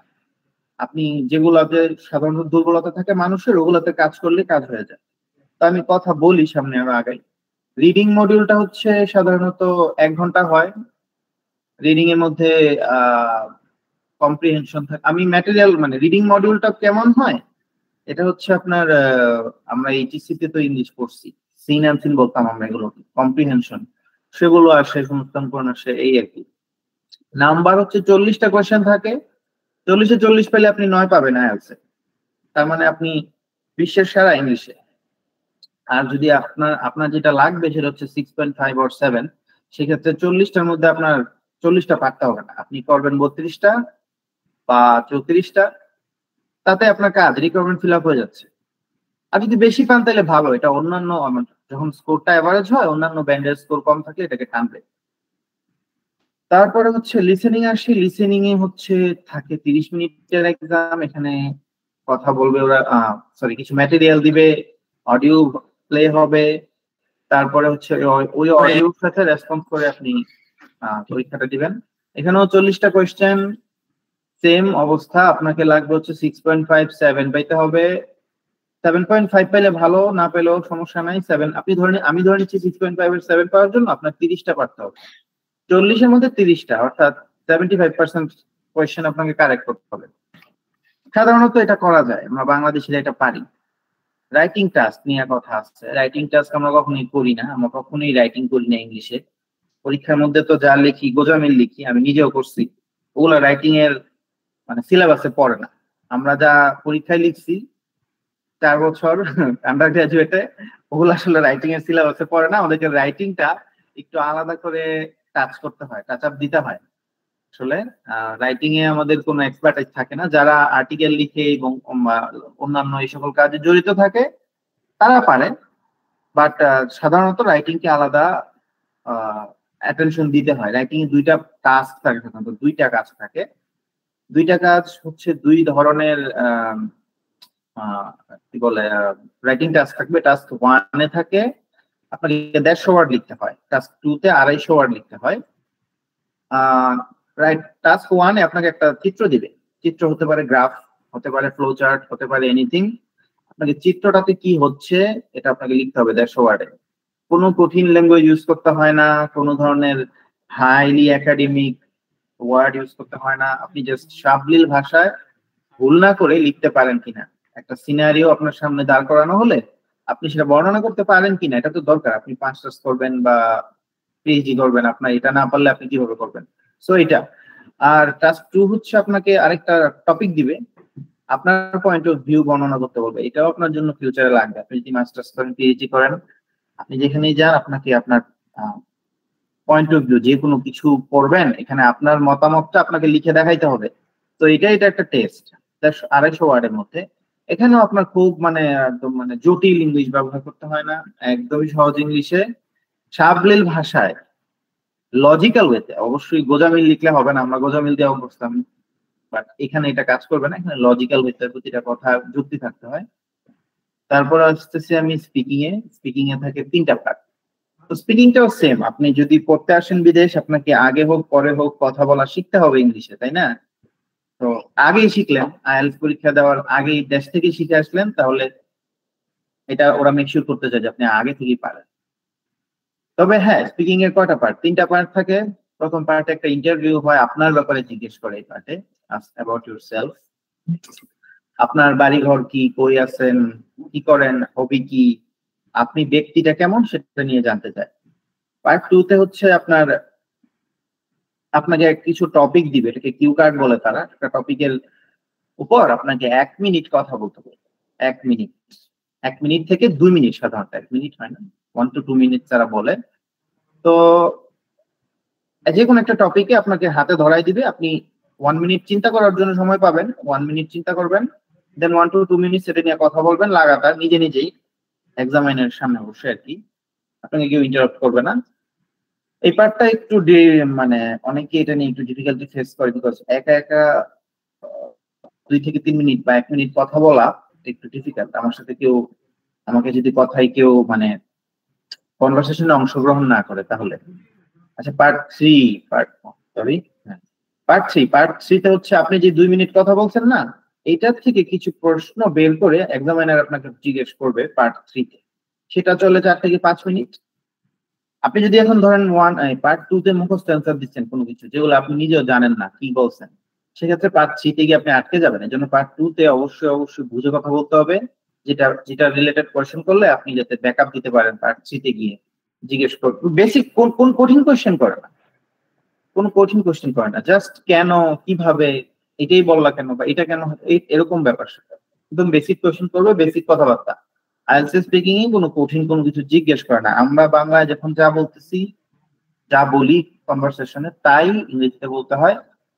আর আইএলটিএস স্পিকিং নিয়ে কথা বলি, স্পিকিং কথা বলতে গেলে আমাদের কাছে অনেকের মনে হয় যে ইংলিশটা হইতে হবে খুবই ব্রিটিশ অ্যাকসেন্টে, আমেরিকান অ্যাকসেন্টে। মোটেও এমন না, আপনি ইন্ডিয়ান অ্যাকসেন্ট ফলো করবেন। ইন্ডিয়ানরা আমাদের মানে সবচেয়ে ক্লোজেস্ট ইংলিশ শেখার জন্য, সবচেয়ে ক্লোজেস্ট টিচার্স, সত্য কথা যেটা, ওরা ওদের নিজস্ব একটা অ্যাকসেন্টই বানায় ফেলছে। এটার কারণে কি হয়, তারা একটা নিজস্বতা ফিল করে, ইংলিশটাকে তারা আপন করে নিতে পারছে, আমরা পারিনি। তো ইংলিশ ছাড়া তো আর চলতেছে না, আমরা 200 বছর ইংরেজ শাসনের নিচে ছিলাম, চাইলেই তো আর ছেড়ে ফেলতে পারতেছি না। 200 বছরের শাসনের ফলাফল হচ্ছে আমরা ইংলিশ পড়তে হচ্ছে। তো ইংরেজি যেহেতু পড়তে হচ্ছে, আপনি আমাদের যে ক্লোজেস্ট নেইবার ইন্ডিয়ানদের অ্যাকসেন্টটা ফলো করেন, তাহলে দ্রুত ইংলিশ স্পিকিং করতে পারবেন, বলতে পারবেন। তারা অ্যাকসেন্টের উপর মার্কিং করে না, বাট হ্যাঁ স্পষ্ট ফিল হবে, এই আর কি। আর ম্যাটেরিয়াল কি কি এটা আমি একটু পরেই বলবো, যে কি কি ম্যাটেরিয়াল ফলো করবেন, অনলাইনে কোন কোর্স ফলো করবেন। এখানে অলরেডি বলা আছে। তো সবার আগে আমি একটা ম্যাটেরিয়াল আমি ব্যক্তিগতভাবে সাজেস্ট করব, এটা হচ্ছে একটা ইউটিউব চ্যানেল IELTS অ্যাডভান্টেজ। এটা আমি এখানে পিঙ্ক কালারে মার্কিং করে দিই। IELTS হচ্ছে মার্কিং করে দিই, রাইট? হ্যাঁ, তো IELTS অ্যাডভান্টেজ চ্যানেলটা দেখলে বুঝবেন এটা হচ্ছে ব্যতিক্রম চ্যানেলটা। এখানে হচ্ছে আপনাকে জেনুইন গাইডলাইন দিবে, আর হচ্ছে আইএলটিএস এর যে অফিসিয়াল গাইডলাইন ওগুলোর উপর ভিত্তি করেই পড়ানো হবে। এটা বাংলা চ্যানেল না, এটা ইংলিশ চ্যানেল, বাট আপনি বুঝবেন, সমস্যা নেই। আরেকটা হচ্ছে যাদের ভিডিও চালু আছে, হ্যাঁ আরেকটা হচ্ছে বাংলায় আইএলটিএস হচ্ছে যারা একদমই বেসিক, একদমই ইংলিশে দুর্বল হতেই পারে, ইংলিশ তো আমাদের মাতৃভাষা না, আমি নিজে অনেকটা দুর্বল ছিলাম ছোটবেলা। তো যারা ইংলিশে দুর্বল তারা বাংলায় আইএলটিএস দিয়ে শুরু করতে পারেন। ওনারা হচ্ছে সাধারণত আলাদা একটা অ্যাপ্রোচ নিচ্ছে, বাংলায় বোঝানোর চেষ্টা করে আইএলটিএসটাকে। এটা ভালো হতে পারে, ওদের ইউটিউব চ্যানেল আছে। আর এত ইউটিউব চ্যানেল ঘাটার আসলে সময় থাকে না, ব্যক্তিগত কথা মানে ব্যক্তিগত টিপস। আমাকে যদি কেউ ওরকম 6টা সোর্স দিয়ে বলতো সবগুলো পড়েন, আমি একটু সময় পেতাম। নিজে পড়বো কখন আর ইউটিউব ভিডিও দেখবো কখন? আমি জাস্ট বলবো এই দুইটা দেখলে না, বাকিগুলো চাইলে সময় থাকলে দেখতে পারেন। সবগুলোই ভালো, কিন্তু E2 আইএলটিএসও ভালো, সবগুলো ভালো এগুলা। কিন্তু আমাকে অ্যাডভান্টেজ দিচ্ছে হচ্ছে এটা, আর হচ্ছে এই বাংলায় আইএলটিএস কিছুটা অ্যাডভান্টেজ দিছে। আর বইয়ের ক্ষেত্রে জাস্ট আমি একটা বই ফলো করব, একটা বই বলবো, ক্যামব্রিজ আইএলটিএস বুকস। আমি সবুজ করে দিই, 9 থেকে লেটেস্ট ভার্সন, 9 থেকে শুরু করে এখন মনে হয় 18 পর্যন্ত বের হয়েছে বই। এগুলো ফ্রিতে পিডিএফ আকারে পাওয়া যায়, পিডিএফ আকারে পাওয়া যায়। এগুলো পড়া। আর মাকার, আমি কথা বলবো, মাকারের লেটেস্ট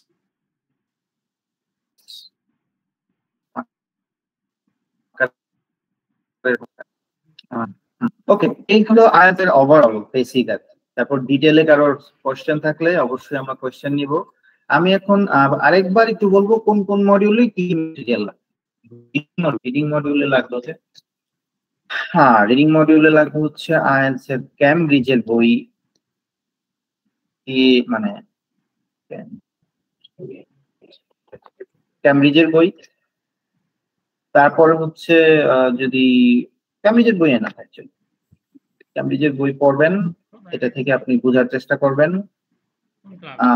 ক্যামব্রিজ 9 থেকে 18, 19 যদি বের হয়ে থাকে দেন 19। ক্যামব্রিজের বই এনাফ। আর যদি কারো সময় থাকে এক্সট্রা ম্যাটেরিয়াল পড়ার, তাহলে আপনি হ্যারি পটার পড়েন। যদি আমার মনে হয় না সময়, যদি কারো থাকে আর কি, আমার সময় ছিল না। বিকজ ধরেন আপনি আগামী বছর অ্যাপ্লাই করবেন, 1 বছর সময়, 1 বছরে জিএল দিবেন, আপনার নোবেল বই পড়ার সময় নেই আসলে। তবে যদি পড়ার সময় থাকে, এটা খুবই উপকারী। হ্যারি পটারের সবগুলো পড়েন। হ্যারি পটার বানানো হয়েছে এমন ভাবে যে একদম হ্যারি পটার 1 থেকে 7 পর্যন্ত আছে আর কি, মানে অনেকগুলো বই। প্রথম দিকের বইগুলো ইংলিশ দিয়ে শুরু, লাস্টের দিকের বইগুলো আস্তে আস্তে ইংলিশের ডিফিকাল্টি বাড়ে। মানে যে রাইটার সে এমন ভাবে লিখছে যেটাকে পড়লে ইংলিশ শিখে যাবে, ইংলিশ রিডিং পড়া শিখে যাবে। তো এগুলো লিসেনিং এর মধ্যে আপনার কিছুই করতে হবে না, আপনি আবার ক্যামব্রিজ পড়বেন, লিসেনিং করবেন, ক্যামব্রিজের লিসেনিং করবেন। বইয়ের মধ্যে সাথে অডিও থাকে, নেটে পাওয়া যায় ডাউনলোড করতে। যদি লাগে আমি দিয়ে দিব, পরে দিয়ে মিটিং এর পরে, সেমিনারের পরে। ক্যামব্রিজের সাথে আপনাদের যেটা করতে হবে, আইএলটিএস এর যে অডিও ট্রান্সক্রিপ্ট থাকবে, ট্রান্সক্রিপ্ট বলে এগুলোকে, আপনার অডিওতে যা বলে তা আবার ওরা লিখে দেয়। তো অডিওতে যা শুনবেন লিসেনিং এ প্র্যাকটিস করার সময়, সেটা ট্রান্সক্রিপ্ট দেওয়া থাকে, এটা পড়তে হবে অবশ্যই। এটা আমরা কেউ পড়ি না, পরীক্ষা হলে গিয়ে খারাপ, মানে লিসেনিং এ খারাপ করি এই কারণে। অডিও ট্রান্সক্রিপ্ট পড়তে হবে, যা শুনবেন তা আবার পড়বেন এই ট্রান্সক্রিপ্ট থেকে। তারপর রাইটিং এ হচ্ছে যেটা লাগবে সেটা খুব ইম্পর্টেন্ট। রাইটিং এ আমি এখানে লিখে দিই, রাইটিং এ লাগবে মাকারের রাইটিং এর 2টা বই আছে, এটা লাগবে। মাকারের আমি দিয়ে দেবো না, আমার কাছে 2টাই আছে মাকার, আমি পিডিএফ লিখলাম আর কি, বই আকারও পাওয়া যায়। রাইটিং এর জন্য 2টা আছে, রাইটিং টাস্ক 1 এর জন্য টাস্ক 2 এর জন্য 2টা বই আছে মাকারে। এই বইটাতে হচ্ছে আপনার 300-র বেশি স্যাম্পল থাকে। স্যাম্পলটা আপনি পড়বেন। রাইটিং করার আগে আপনাকে আগে পড়া শিখতে হবে। আপনি কোনো কিছুই লিখতে পারবেন না যেটা আপনি পড়েন নাই। আমরা আসলে আগে রচনা আসতো না, বাংলা পরীক্ষায় রচনা কি করতাম, দেখা গেছে 9টা 10টা 15টা 20টা রচনা পড়লে তারপর একটা আননোন টপিকের রচনাও বানায় লিখতে পারতাম। তার মানে আমাদের লিখতে গেলে পড়তে হয় প্রথমে। তা আপনি যদি মাকারের টাস্ক 1 এর পিডিএফ আছে, বই আছে, টাস্ক 2 এর পিডিএফটা বা বইটা যদি পড়েন, আপনি আগে জানবেন কি লিখবো, আপনি লিখবেনটা কি সেটা আপনি আগে আইডিয়া পাবেন, তারপর আপনি লিখতে পারবেন, সমস্যা নাই। বাট আপনাকে আগে পড়তে হবে। মাকার এখানে প্রায় 300 স্যাম্পল আছে, আমি বলবো সবগুলো পড়ে ফেলবেন। সময় দিবেন, পড়াতে সময় দিয়েন। সময় দিলে এটা ইনভেস্টমেন্ট। আপনি যে সময়টা দিচ্ছেন এটার বিনিময়ে আপনাকে কোটি টাকা দেওয়া হচ্ছে রিওয়ার্ড হিসাবে। যদি ডলার থেকে কনভার্ট করি, যারা ইউরোপ যাবেন, ইউরো থেকে যদি আমি টাকায় কনভার্ট করি, আপনি টাকার জন্য পড়তেছেন বেসিক্যালি। আমাকে যদি বলো হয়তো যে আমাকে বেতন দিলে আমি এটা করব, তো আমি করতাম না, সেটাই করতেছেন অ্যাকচুয়ালি, আপনি পরে রিটার্নটা পরে পাচ্ছেন। তো স্পিকিং নিয়ে যেটা, সেটা হচ্ছে আবার সেম মাকারের একটা স্পিকিং পিডিএফ আছে। বাহ,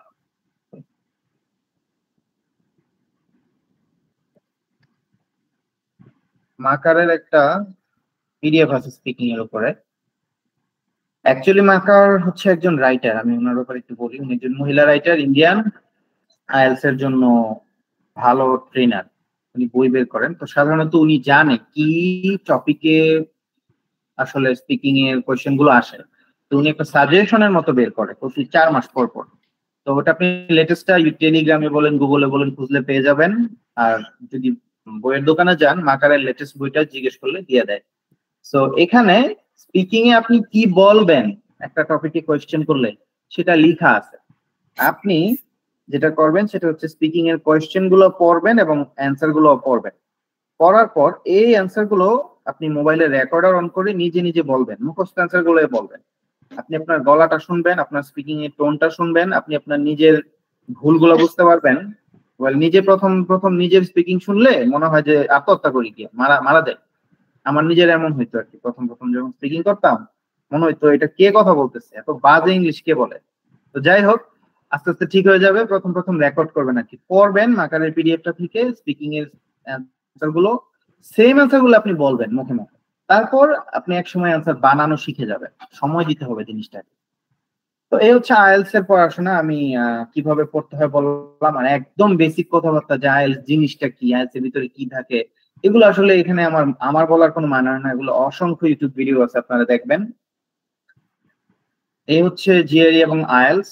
আইএলটিএস এর ব্যাপারে আরেকটা কথা বলি। আইএলটিএস এ যদি আপনি 6.5 পান, যেখানে যেখানে রিকোয়ারমেন্ট যা, ধরেন 6.5 রিকোয়ারমেন্ট, আপনি 6.5 পাইলে মোটামুটি রিকোয়ারমেন্ট ফিল আপ হয়ে গেল। এখন আপনি যদি 6.5 পাইছেন, আপনি পাইছেন, আরেকজন অ্যাপ্লিকেন্ট ধরেন 9 পাইল, তো আপনি আরো actually same. Language requirement tick চিহ্ন দিতে হয়, ফিল আপ করতে হয় জাস্ট। যে যত বেশি পাবে সে তত বেশি ফান্ডিং বা তত বেশি স্কলারশিপ পাবে, ব্যাপারটা এমন না। আপনি ফিল আপ করছেন রিকোয়ারমেন্ট, এটাই তারা দেখতে চায়। তবে একটা ব্যাপার আছে, এখানে স্পিকিং সেকশনে যাদের ভালো থাকে, স্পিকিং এ যাদের স্বাদ থাকে, তারা টিচিং অ্যাসিস্ট্যান্টশিপ পায়, মানে পড়ানোর জন্য। আন্ডার গ্রাজুয়েটদের পড়ানোর মাধ্যমে যে অ্যাসিস্ট্যান্টশিপ দেয়, আন্ডার গ্রাজুয়েটদের পড়ানোর কারণে যে স্কলারশিপটা দেয়, ওইটা আপনি পেতে পারেন। বিকজ আপনাকে এখানে কথা বলতে হবে, ক্লাস নিতে হবে, আমাদেরকে এখানে নিতে হয়, আমাকেও নিতে হয়, অনেকের সাথেও আমার কথা হয়েছে, অনেককেও প্রতিনিয়ত 2-3টা করে ক্লাস নিতে হয়। তো স্পিকিং এর স্বাদ থাকলে টিচিং অ্যাসিস্ট্যান্টশিপটা দেয় ওরা। আর আপনি যদি 6.5 পান, আপনি গুড টু গো, সমস্যা নাই। তবে হ্যাঁ, আপনার সাথে প্রোফাইলে অন্যান্য জিনিসও ভালো থাকতে হবে, সেটা নিয়ে আমরা আরো কথা বলবো কিউএনএ সেশনে, এই আর কি। তো আইএলটিএস নিয়ে বললাম, জিআরই নিয়ে বললাম, এবার আমরা মোটামুটি একটা ধারণা হয়েছে আশা করি সবারই। এবার যাদের স্পেসিফিক কোয়েশ্চেন থাকবে আপনারা করেন প্লিজ, আমরা অ্যান্সার দিব। আর হচ্ছে কোয়েশ্চেন করার আগে অবশ্যই নিজের যদি পারেন ব্যাচ নাম্বারটা বললেন, তাহলে আমরা পার্সোনালাইজড অ্যান্সার দিতে পারবো। মানে ধরেন যারা অনেক জুনিয়র ব্যাচ, তাদের হাতে অনেক সময় আছে, তাদের সময়টা কিভাবে বেশি লাগায় পড়া যায় সেটার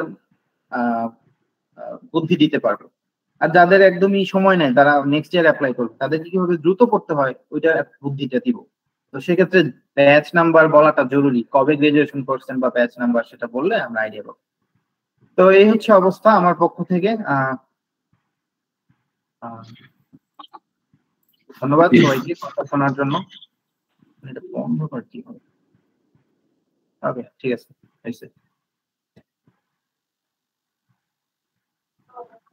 এখন এখন যদি কারো কোনো প্রশ্ন থাকে তাহলে আপনারা হ্যান্ড রেজ করে প্রশ্নগুলো করতে পারেন বা কমেন্ট বক্সে লিখতে পারেন।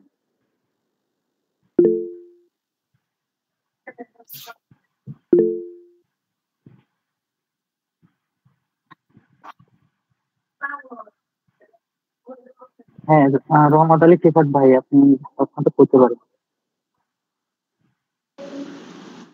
আসসালামু আলাইকুম ভাই। ভাই আমি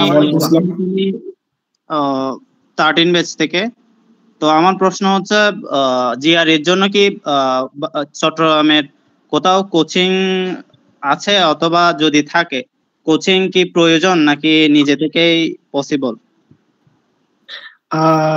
এখন জিআরই প্রিপারেশনটা আসলে বাইরে করায়, অনেক জায়গায় করায়, যেখানে জিইসি তে একটা আছে গ্রেক জিআরই, জিআরই গ্রেক আর কি, জিআরইসি।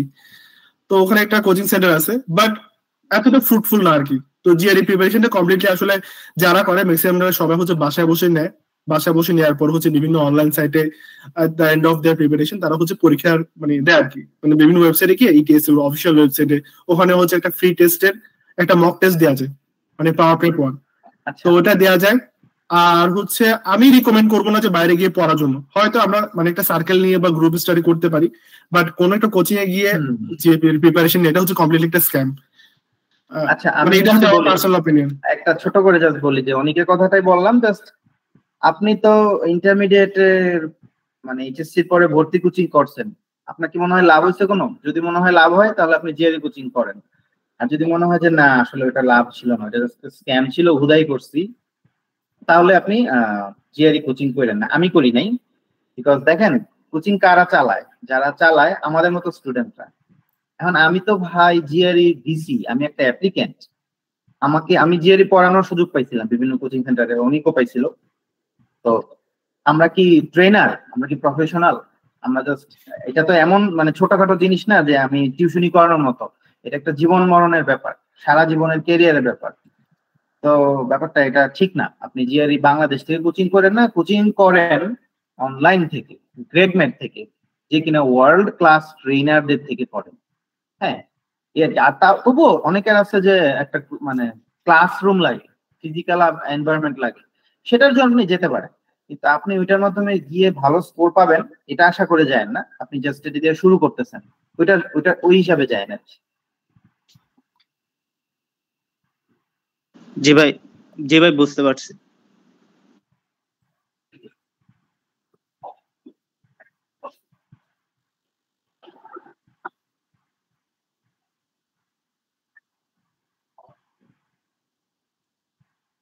ভাই কমেন্ট বক্সে কিছু প্রশ্ন আসছে, আতিফ ভাই এবং অনিক ভাই আপনারা একটু ওকে, দেখে। হ্যাঁ রাইট। এখানে একটা কোশ্চেন দেখতেছে আরসি নিয়ে কিভাবে প্রিপারেশন নিব, একটু আলোচনা করলে ভালো হতো। আরসি নিয়ে রিডিং কম্প্রিহেনশনের বেলায় যেটা করতে হবে আর কি, যে আমাদের তো প্রথম দিকে খুব একটা আইডিয়া থাকে না। যদি আমি খুব একটু বিগিনার লেভেলে হই তাহলে আমার প্রথম টার্গেটটা হচ্ছে যে আগে একটু মানে বেশি বেশি পড়া আর কি, রিডিং হ্যাবিটটা গ্রো করা। রিডিং হ্যাবিটটা গ্রো করাটা আমি মনে করি এটা প্রায়োরিটি দিয়ে খুব বেশি ইম্পর্টেন্ট। আর আরসি নিয়ে কিভাবে প্রিপারেশন নিবো এটার জন্য আমি সাজেস্ট করবো হচ্ছে গ্রেকমেটে ওরা মানে কিভাবে একটা রিডিং কম্প্রিহেনশনে একটা কোয়েশ্চেন সলভ করে, তো ওইগুলো ফলো করা দরকার। আমি বলবো হচ্ছে সময় দিতে হবে। জিআরই একটা পড়ার পরীক্ষা না, আপনি বেশি পড়লে জিআরইতে বেশি মার্ক পাবেন ব্যাপারটা এমন না।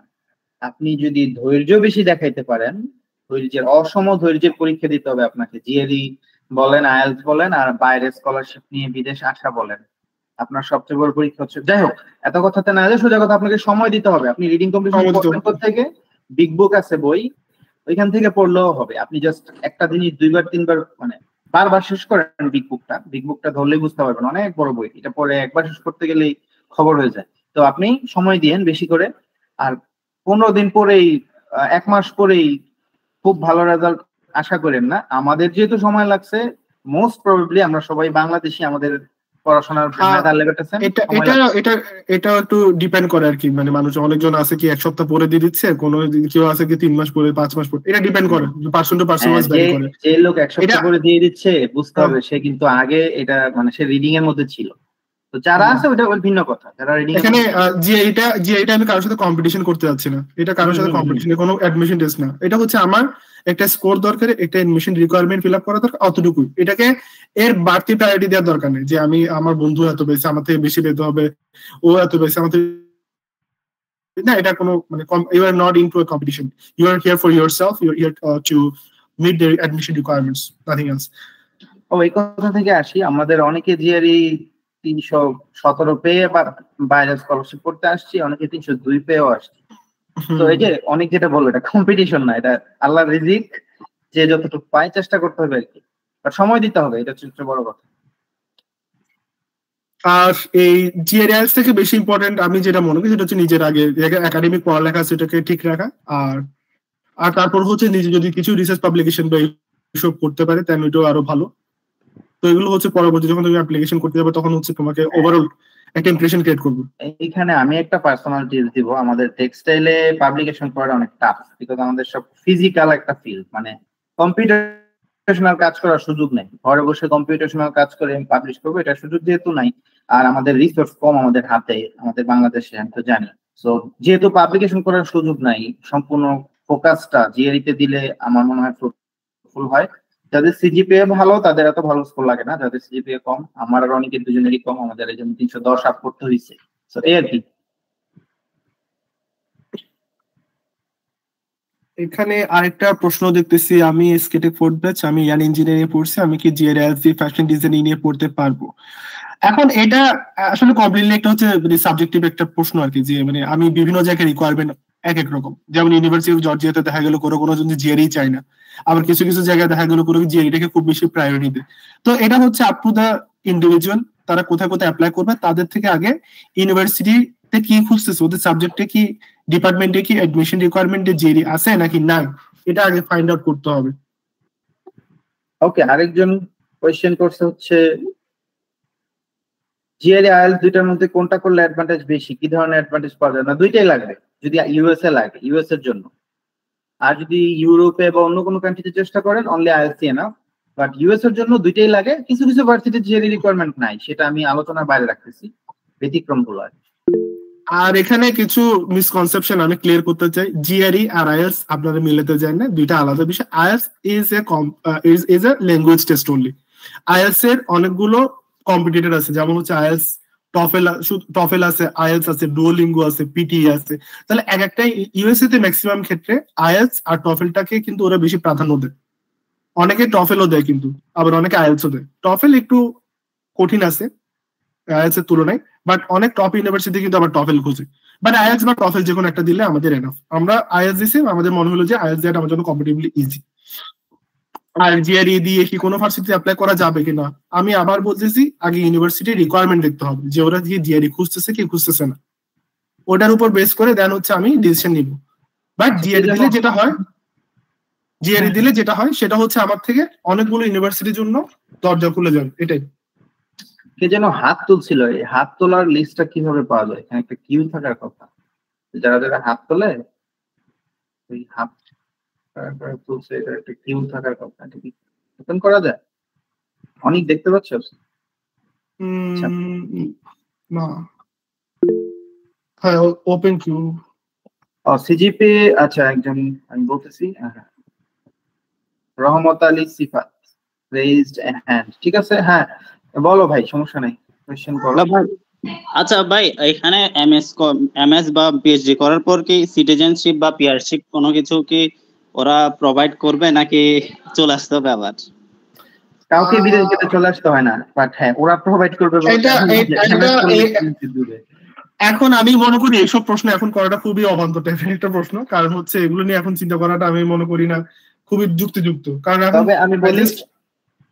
আমি একটা অনেক যেটা বলতেছিল যুক্তিযুক্ত না, তো তুমি যদি কাউকে খুঁজে বের করতে পারো যে ইউএসএ তে এসে আবার সে ফেরত আসছে, তোমাকে আমি যেমনি হোক মানে পুরস্কৃত করবো, সোজা কথা, এমন একজনের পাবো না। বাট হ্যাঁ, ব্যাপারটা এমন না যে তুমি এমএস করছো মানে পরে তোমাকে গ্রাজুয়েশনে সিটিজেনশিপ দিবে, গ্রাজুয়েশন সেরেমনিতে সিটিজেনশিপের ধরাই দিবে, ব্যাপারটা এমন না। বাট সবাই আমি যেটা বলবো, এখন এত মানে আপডেটেড লেভেলে না গিয়ে স্টেপ বাই স্টেপ আগাও, কারণ এট এ টাইম যদি সবকিছু নিয়ে চিন্তা করতে চাই তাহলে দেখা যায় মাথা খারাপ হয়ে যাবে আর কিছু বিদেশে মানুষ যায় যেসবতে আমরা সাধারণত জানি যায় জার্মানি, ইউএসএ সবগুলোতে সিটিজেনশিপ হয় দেখে মানুষ যায়।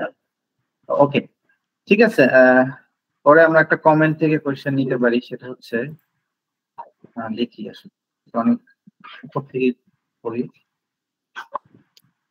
সিজিপিএ ঠিক কতটুকু ইম্প্যাক্ট ফেলে? লিঙ্কন দে 14 ব্যাচ আই গেস, 13 ব্যাচ। তো সিজিপিএ ঠিক কতটুকু ইম্প্যাক্ট ফেলে, এটা হচ্ছে আসলে অনেক বেশি ইম্প্যাক্ট ফেলে। CGPA is a once in a lifetime achievement. এটা আমি আবার পিছনে গিয়ে সিজিপিএ ঠিক করতে পারবো না, আমার কাছে একটাই চান্স আছে সিজিপিএ ঠিক করা, ওইটাতে আমার থেকে সিজিপিএ বের করে নিয়ে আসতে হবে। সিজিপিএ টা 3.5 অনেক 3.5 এর উপর সিজিপিএ থাকা খুবই ভালো। যেমন আমার সিজিপিএ ছিল 3.20, ইভেন আমার দুইটা রিটেকও ছিল। তো এরপর কিন্তু আমার থেকে মানে মোটামুটি জিআইডি এগুলো দিয়ে মানে অ্যাপ্লাই করতে হয়েছে আর কি। বাট সিজিপি 3.5 এর উপরে থাকলে বা খুব ভালো সিজিপিএ থাকা আমি মনে করি আসলে দরকার, খুবই দরকার। কারণ অনেক সময় হয় কি যে আমরা আর যদি সিজিপিএ কম থাকে সেক্ষেত্রে রিসার্চ বা পাবলিকেশন এগুলো নিয়ে আসলে ফোকাস দেওয়াটাও খুব বেশি important. CGPA is the single most important thing অ্যাপ্লিকেশনের সময়। হ্যাঁ বুঝছো ভাই, কেন সিজিপিএ টাকে আমেরিকান এডুকেশন বলি, ইউরোপিয়ান এডুকেশন বলি, সবচেয়ে বেশি প্রাধান্য দেয়। যাদের সিজি হাই থাকে তাদের জিআরই না দিলেও হয় অনেক সময়, বাট যাদের জিআরই হাই থাকে তাদের সিজি একদমই কম থাকলে হয়, এটা একটু রেয়ার কেস।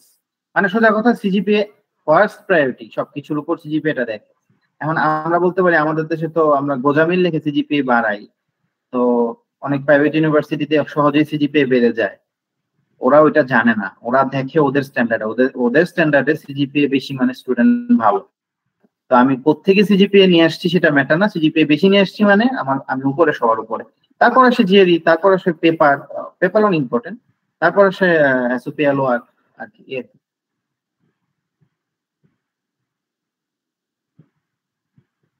কো-কারিকুলার অ্যাক্টিভিটিজ এর কোনো, নাজমুর রব্বানী, কো-কারিকুলার অ্যাক্টিভিটিজ এর কোনো ইম্প্যাক্ট আছে কিনা?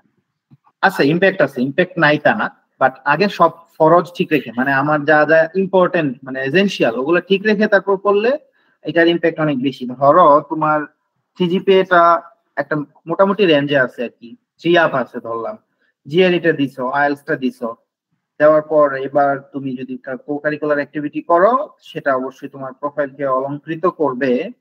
আর সেটা হচ্ছে তুমি রেলেভেন্স দেখাইতে পারলে ভালো, তুমি যে সাবজেক্টে অ্যাপ্লাই করতেছো এই সাবজেক্টের সাথে। যেমন আমরা রেলেভেন্স দেখাইতে পারি, যেমন আমরা স্টেটমেন্ট অফ পারপাসে বলি কি যে আমি অমুক ক্লাবের প্রেসিডেন্ট ছিলাম, প্রেজেন্টেশন করছি, আমি মানুষদেরকে ম্যানেজ করছি, টিম ম্যানেজ করছি, তো আমি একটা ক্লাস ম্যানেজ করতে পারবো, আমি ক্লাস নিতে পারবো, আমি টিচিং করতে পারবো। এই যে একটা রেলেভেন্স দেখানো, আমার এটা কিভাবে রেলেভেন্ট হইলো কো-কারিকুলার অ্যাক্টিভিটিটা, এভাবে দেখাইলে অবশ্যই এটা ইম্প্যাক্ট আছে। তারপরে হচ্ছে দেখি আর কি কোয়েশ্চেন আছে।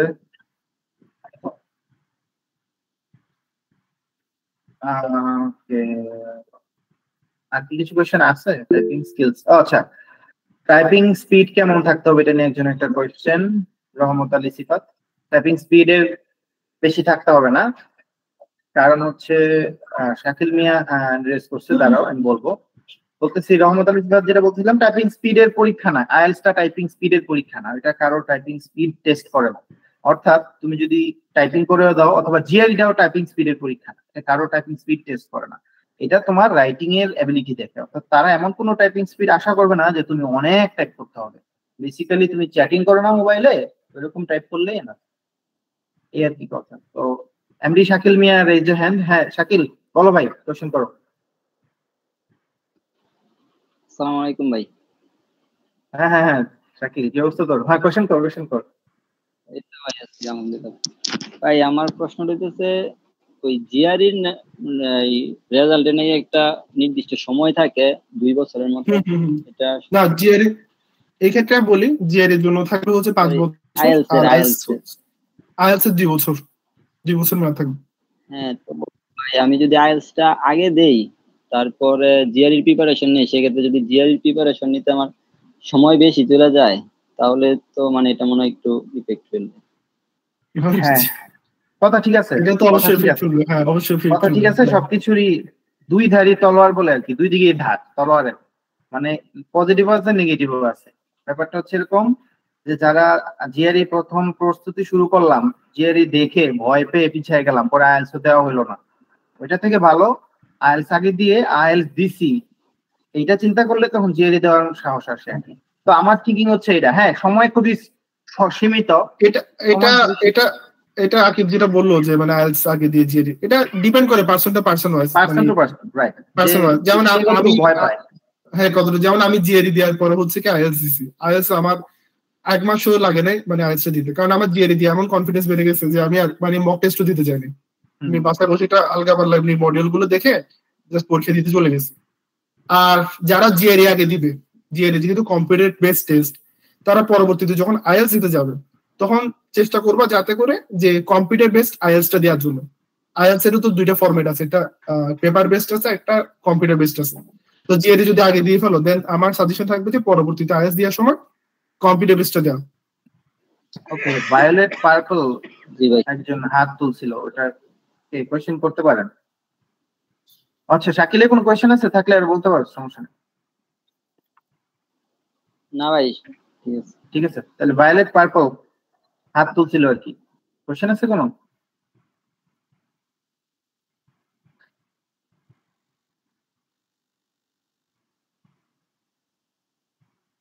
ওকে, আমরা কমেন্ট বক্সে দেখি কোয়েশ্চেন আছে কিনা।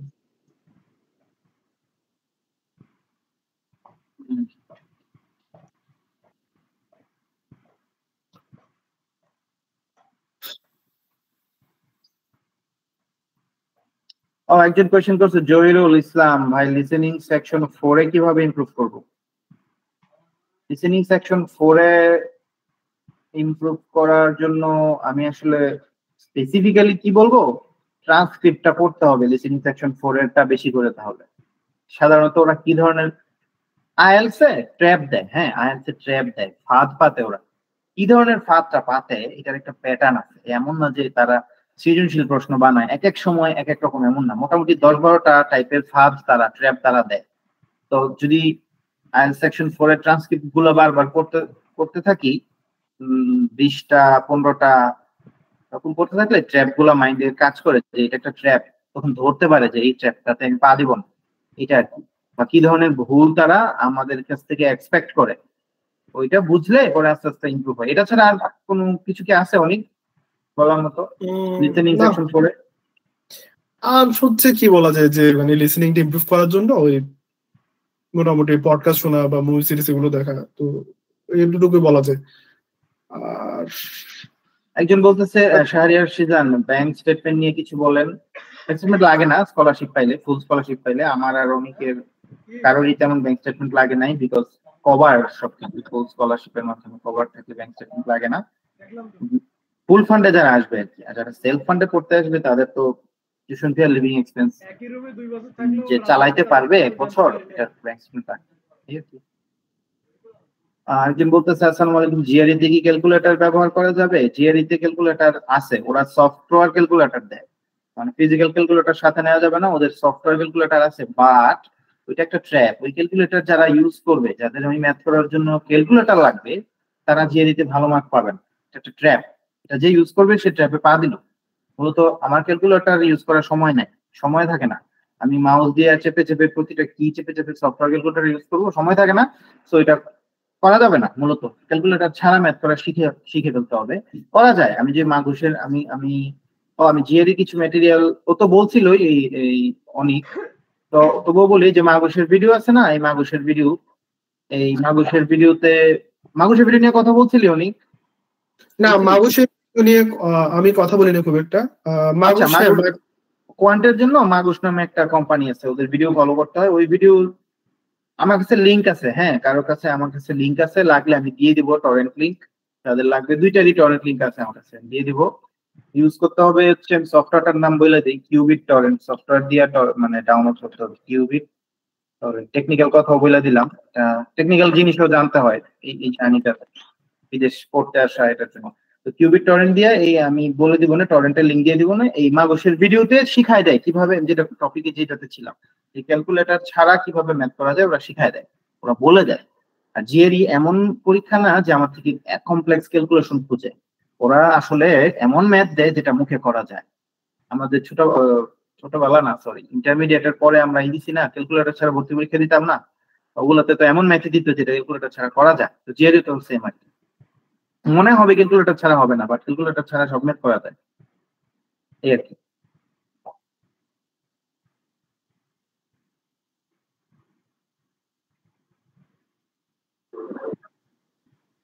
ভাই আমার মনে হচ্ছে আমরা অনুষ্ঠানের একদম শেষ পর্যায়ে চলে আসছি।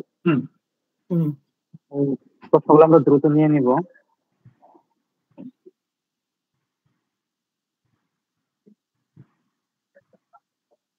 আচ্ছা হ্যাঁ, এখানে একটা বিষয়, পরীক্ষার খরচ কেমন পড়ে এটা আসলে মেনশন করতে ভুলে গেছি। তো আইএলটিএস দিতে এখন মনে হয় কত টাকা, 22,000 টাকা লাগে মেবি, আর আমার জিআরই দিতে লাগছে 25,000 টাকা। তো দুইটা পরীক্ষা মিলাই মোটামুটি 50,000 টাকার মতো চলে যাবে। 50,000 খরচের টাকার ব্যাপারে মতো বলি, এই এই বিদেশে পড়তে আসার ব্যাপারে সবচেয়ে বড় বাধাটা হচ্ছে খরচ, দ্বিতীয় বাধাটা হচ্ছে ধৈর্য, তৃতীয় বাধাটা হচ্ছে হতাশা। তো এই তিনটার মধ্যে খরচটা নিয়ে কথা বলি। খরচ হচ্ছে লাগবে, সত্য কথা যেটা। এখন কারো যদি আগে থেকে সঞ্চয় থাকে খুব ভালো। আমি ব্যক্তিগতভাবে নিজে সঞ্চয় করছিলাম, টিউশনি করে করে সেকেন্ড ইয়ার থার্ড ইয়ার থেকে, আমার জন্য হেল্প হয়েছিল এটা। বাট অনেক বড় একটা টাকার অ্যামাউন্ট, সত্য কথা যেটা। পরীক্ষাটা অনেক বড় জিনিস, প্রায় 25,000 টাকা লেগে যাচ্ছে প্রতিটা পরীক্ষা দিতে রাফলি। জিআরই দিতে সামথিং একটু বেশি, 26,000 লেগে যাচ্ছে রিসেন্টলি আমি যতদূর শুনছি। আর আইএলটিএসটা হচ্ছে এমনই 23,000 মেবি, মনে হয় 22,000 23,000। তো অনেক বড় টাকার ব্যাপার। আবার অ্যাপ্লাই করতেও টাকা লাগবে, ফিউচারে যখন অ্যাপ্লাই করবেন আপনারা, অ্যাপ্লাই তো টাকা লাগবে। এক একটা ইউনিভার্সিটিতে অ্যাপ্লাই করতে 10-15 হাজার টাকা লেগে যায়। এর বেশি মানে কম লাগে, এর নিচে লাগে, আমি বাড়ায় মানে আমি মোটামুটি অ্যাভারেজে বলতেছি। তো এই যে টাকার ব্যাপার, ফুল ফান্ডেড স্কলারশিপে পড়তে গেলেও মোটামুটি 5-6 লাখ টাকার মতো একটা খরচ আছে। 5-6 লাখ টাকার 5-6 মতো লাখ খরচ টাকার আছে। খরচটার মধ্যে আমি একটু ইজি করে দিই, অনেকে ভয় পাইতে পারে। 5-6 লাখ টাকা প্রথমেই লাগে না।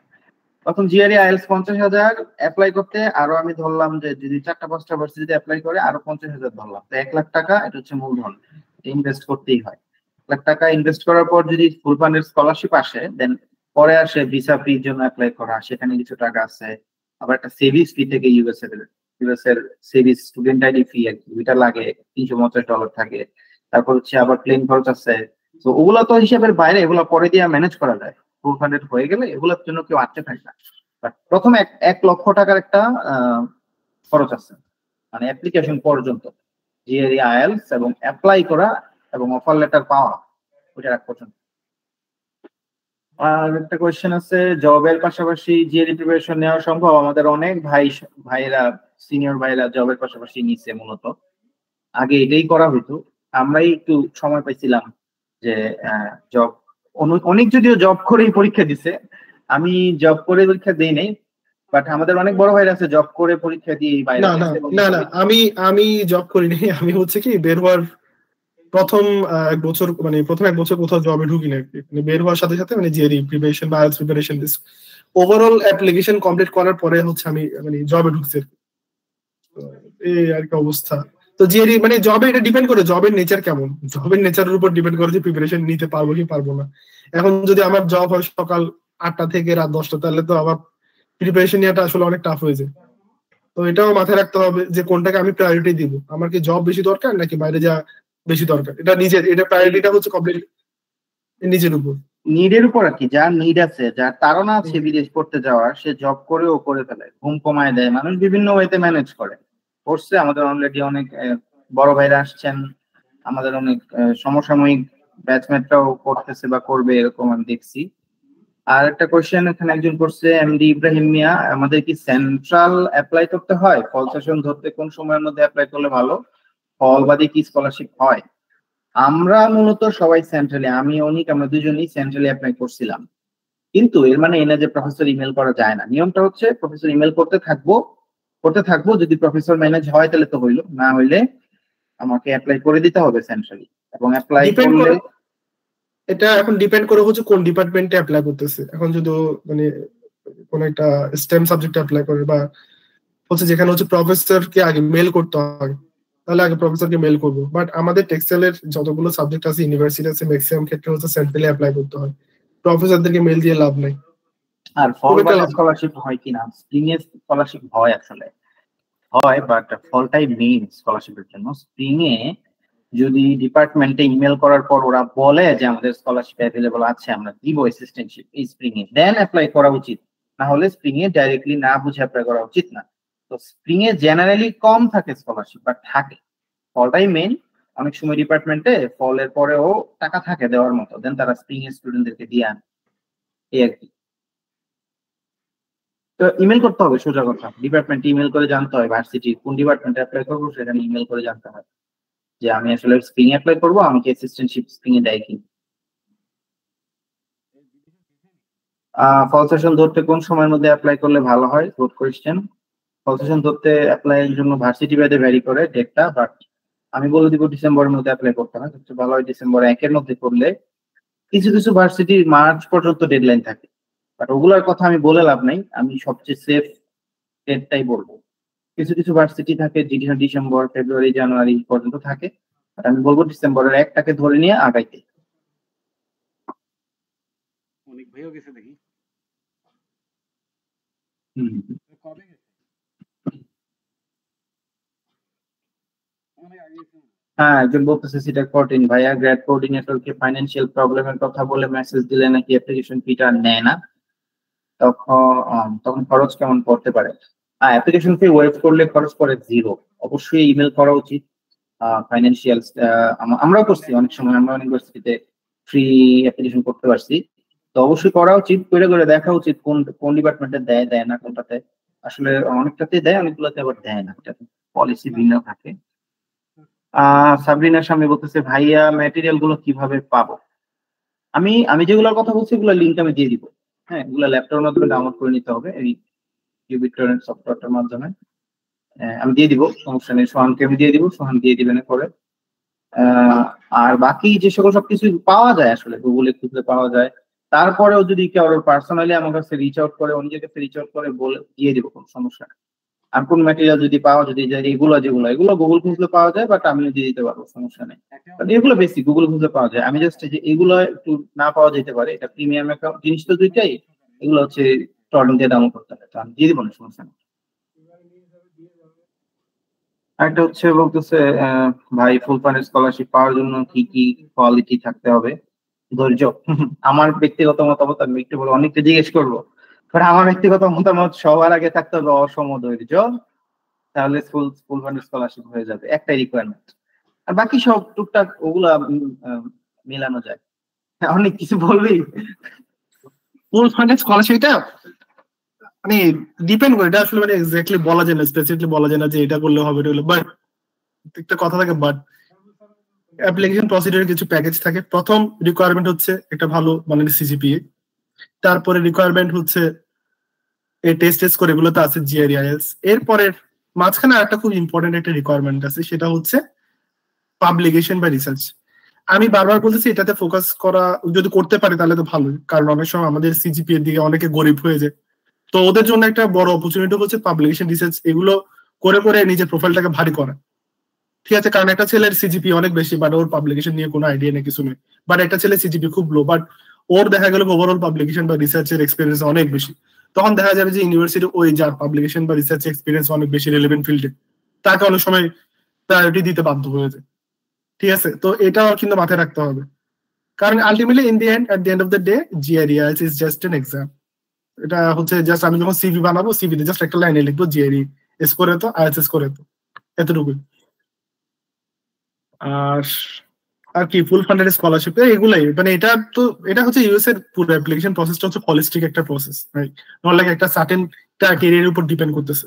তো আমার এসওপি, এলওআর, জিআরই আইএলটিএস বা তোমার হচ্ছে কি পাবলিকেশন, তো সবকিছু ওভারঅল কিন্তু কম্পেয়ার করার পরে কিন্তু ওরা আমাকে ফুল ফান্ড দিবে কি দিবে না এটা ডিসাইড করে। আবার হচ্ছে যে অনেক সময় প্রফেসরের সাথে যদি আমি ম্যানেজ করে ফেলি, প্রফেসর ম্যানেজ করে ফেলি, তখন ব্যাপারটা আলাদা। তখন হচ্ছে এই যে ওভারঅল অ্যাপ্লিকেশন প্রসেসটা আছে, তখন ওটাও মানে মোটামুটি ওভারঅল হয়ে গেলে চলে যায়।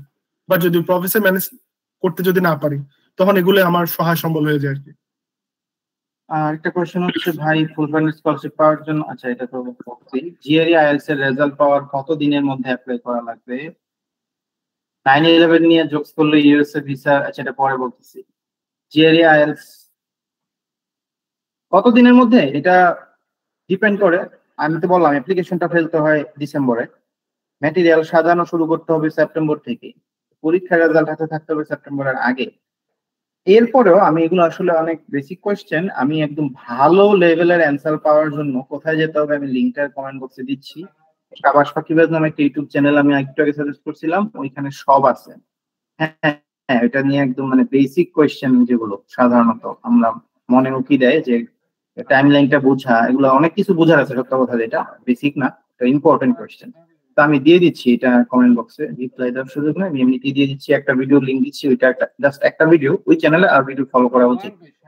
ওকে, নেক্সট কোয়েশ্চেন। জ্যাক জিল বলতেছে 9/11 নিয়ে জোকস করলো, ইউএসএ ভিসা রিজেক্ট ক্যান্সেল। আরে না ভাই, ওদের এত খাওয়া দেওয়ার কাজ নাই। আমাদের 16 কোটি মানুষের মধ্যে কে 9/11 নিয়ে জোকস করছে, কে ওদের প্রেসিডেন্টকে গালি দিছে, এটা তারা খুঁজে নিয়ে এসে ভিসা রিজেক্ট করবে না, এগুলো হয় না। এখন ভিসা ইন্টারভিউতে গিয়ে 9/11 নিয়ে জোকস করলে প্রবলেম, বাট এটা ছাড়া অনলাইনে কমেন্ট বক্সে আমরা এগুলো কোন সমস্যা না, এগুলো কিচ্ছু না। আমাদের এখানে আমরা পড়তে এসে দেখতেছি যে ইরান থেকে, রাশিয়া থেকে মানুষজন আসে পড়তে, ওরা তো ইউএস এর চিরশত্রু।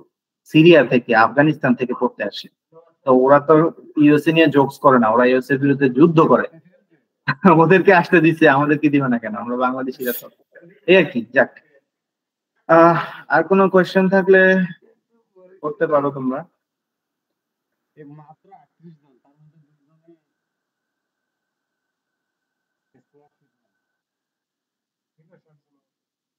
কোনো কোয়েশ্চেন কি বাদ পড়ছে আমাদের?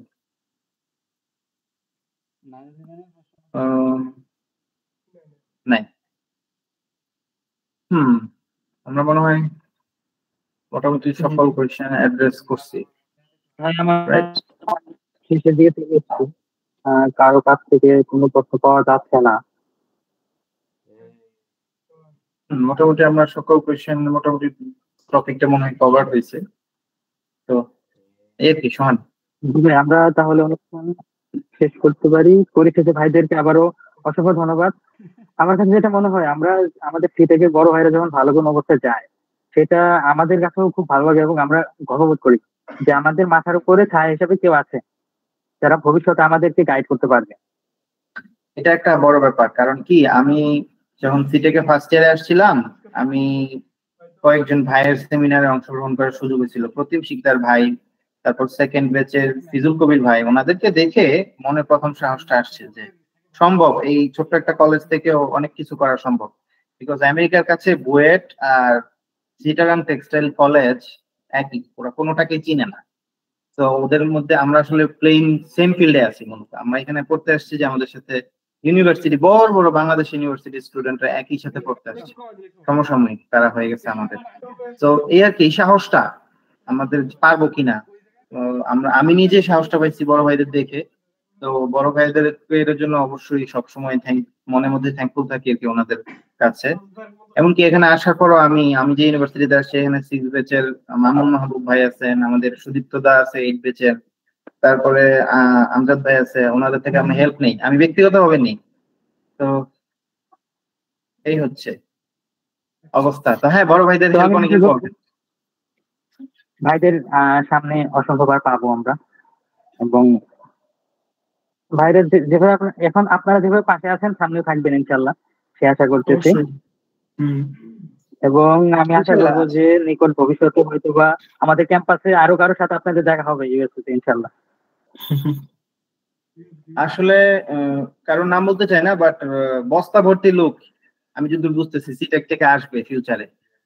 মানে 4-5 কলেজের মধ্যে আমরাই সবচেয়ে বেশি, আমাদের বাইরে যারা পড়তে আসছি টেক্সটাইল কলেজগুলোর মধ্যে আমরা সবচেয়ে বেশি। ইনফ্যাক্ট আমাদের যে সংখ্যাটা, এটা বুটেক্স এর সমমান হবে কিনা জানি না, বাট কাছাকাছি বাইরে যারা আমরা পড়তে আসছি এমন সংখ্যায়। তো প্রচুর মানুষজন বাইরে আসবে, যে অনেকে করোনায় দেরিতে পাস করছে, আমরা নিজেরাও তো করোনায় লেট পাস করছি, আমরা এতদিন ডিলেতে ছিলাম, নাহলে এতদিন অনেকেই চলে আসতো। এই আর কি অবস্থা। জি ভাই, তাহলে আপনাদের কাছ থেকে আমি অনুমতি নিয়ে প্রোগ্রামটা শেষ করতে পারি তাহলে আজকে? ধন্যবাদ সবাইকে। হ্যাঁ, শেষ করতে পারি, সমস্যা নাই। ভালো লাগলো, ধন্যবাদ সবাইকে কথা শোনার জন্য। আর যদি কোনো কোয়েশ্চেন থাকে বলতে পারো, চেষ্টা করবো আর কি সময় দিয়ে সহযোগিতা করার। আশা করি কারো প্রশ্ন নাই। যদি থেকে থাকে ভাই, আমি আপনার সাথে যোগাযোগ করবো, আপনার সাথে যেহেতু কন্ট্যাক্ট আছে, যে কোনো সমস্যা আপনাদের সাথে অবশ্যই যোগাযোগ করবো। ঠিক আছে, পরবর্তীতে। ঠিক আছে ভাই, তাহলে আসসালামু আলাইকুম সবাইকে যারা এতক্ষণ আমাদের সাথে ছিলেন। আমি আশা করবো যে ক্যারিয়ার ক্লাবের সঙ্গে আপনারা সামনে আরো থাকবেন এবং আমাদের প্রত্যেকটা প্রোগ্রামে আপনারা থেকে আমাদের উৎসাহ যোগাবেন। ঠিক আছে ভাই, আসসালামু আলাইকুম। ধন্যবাদ।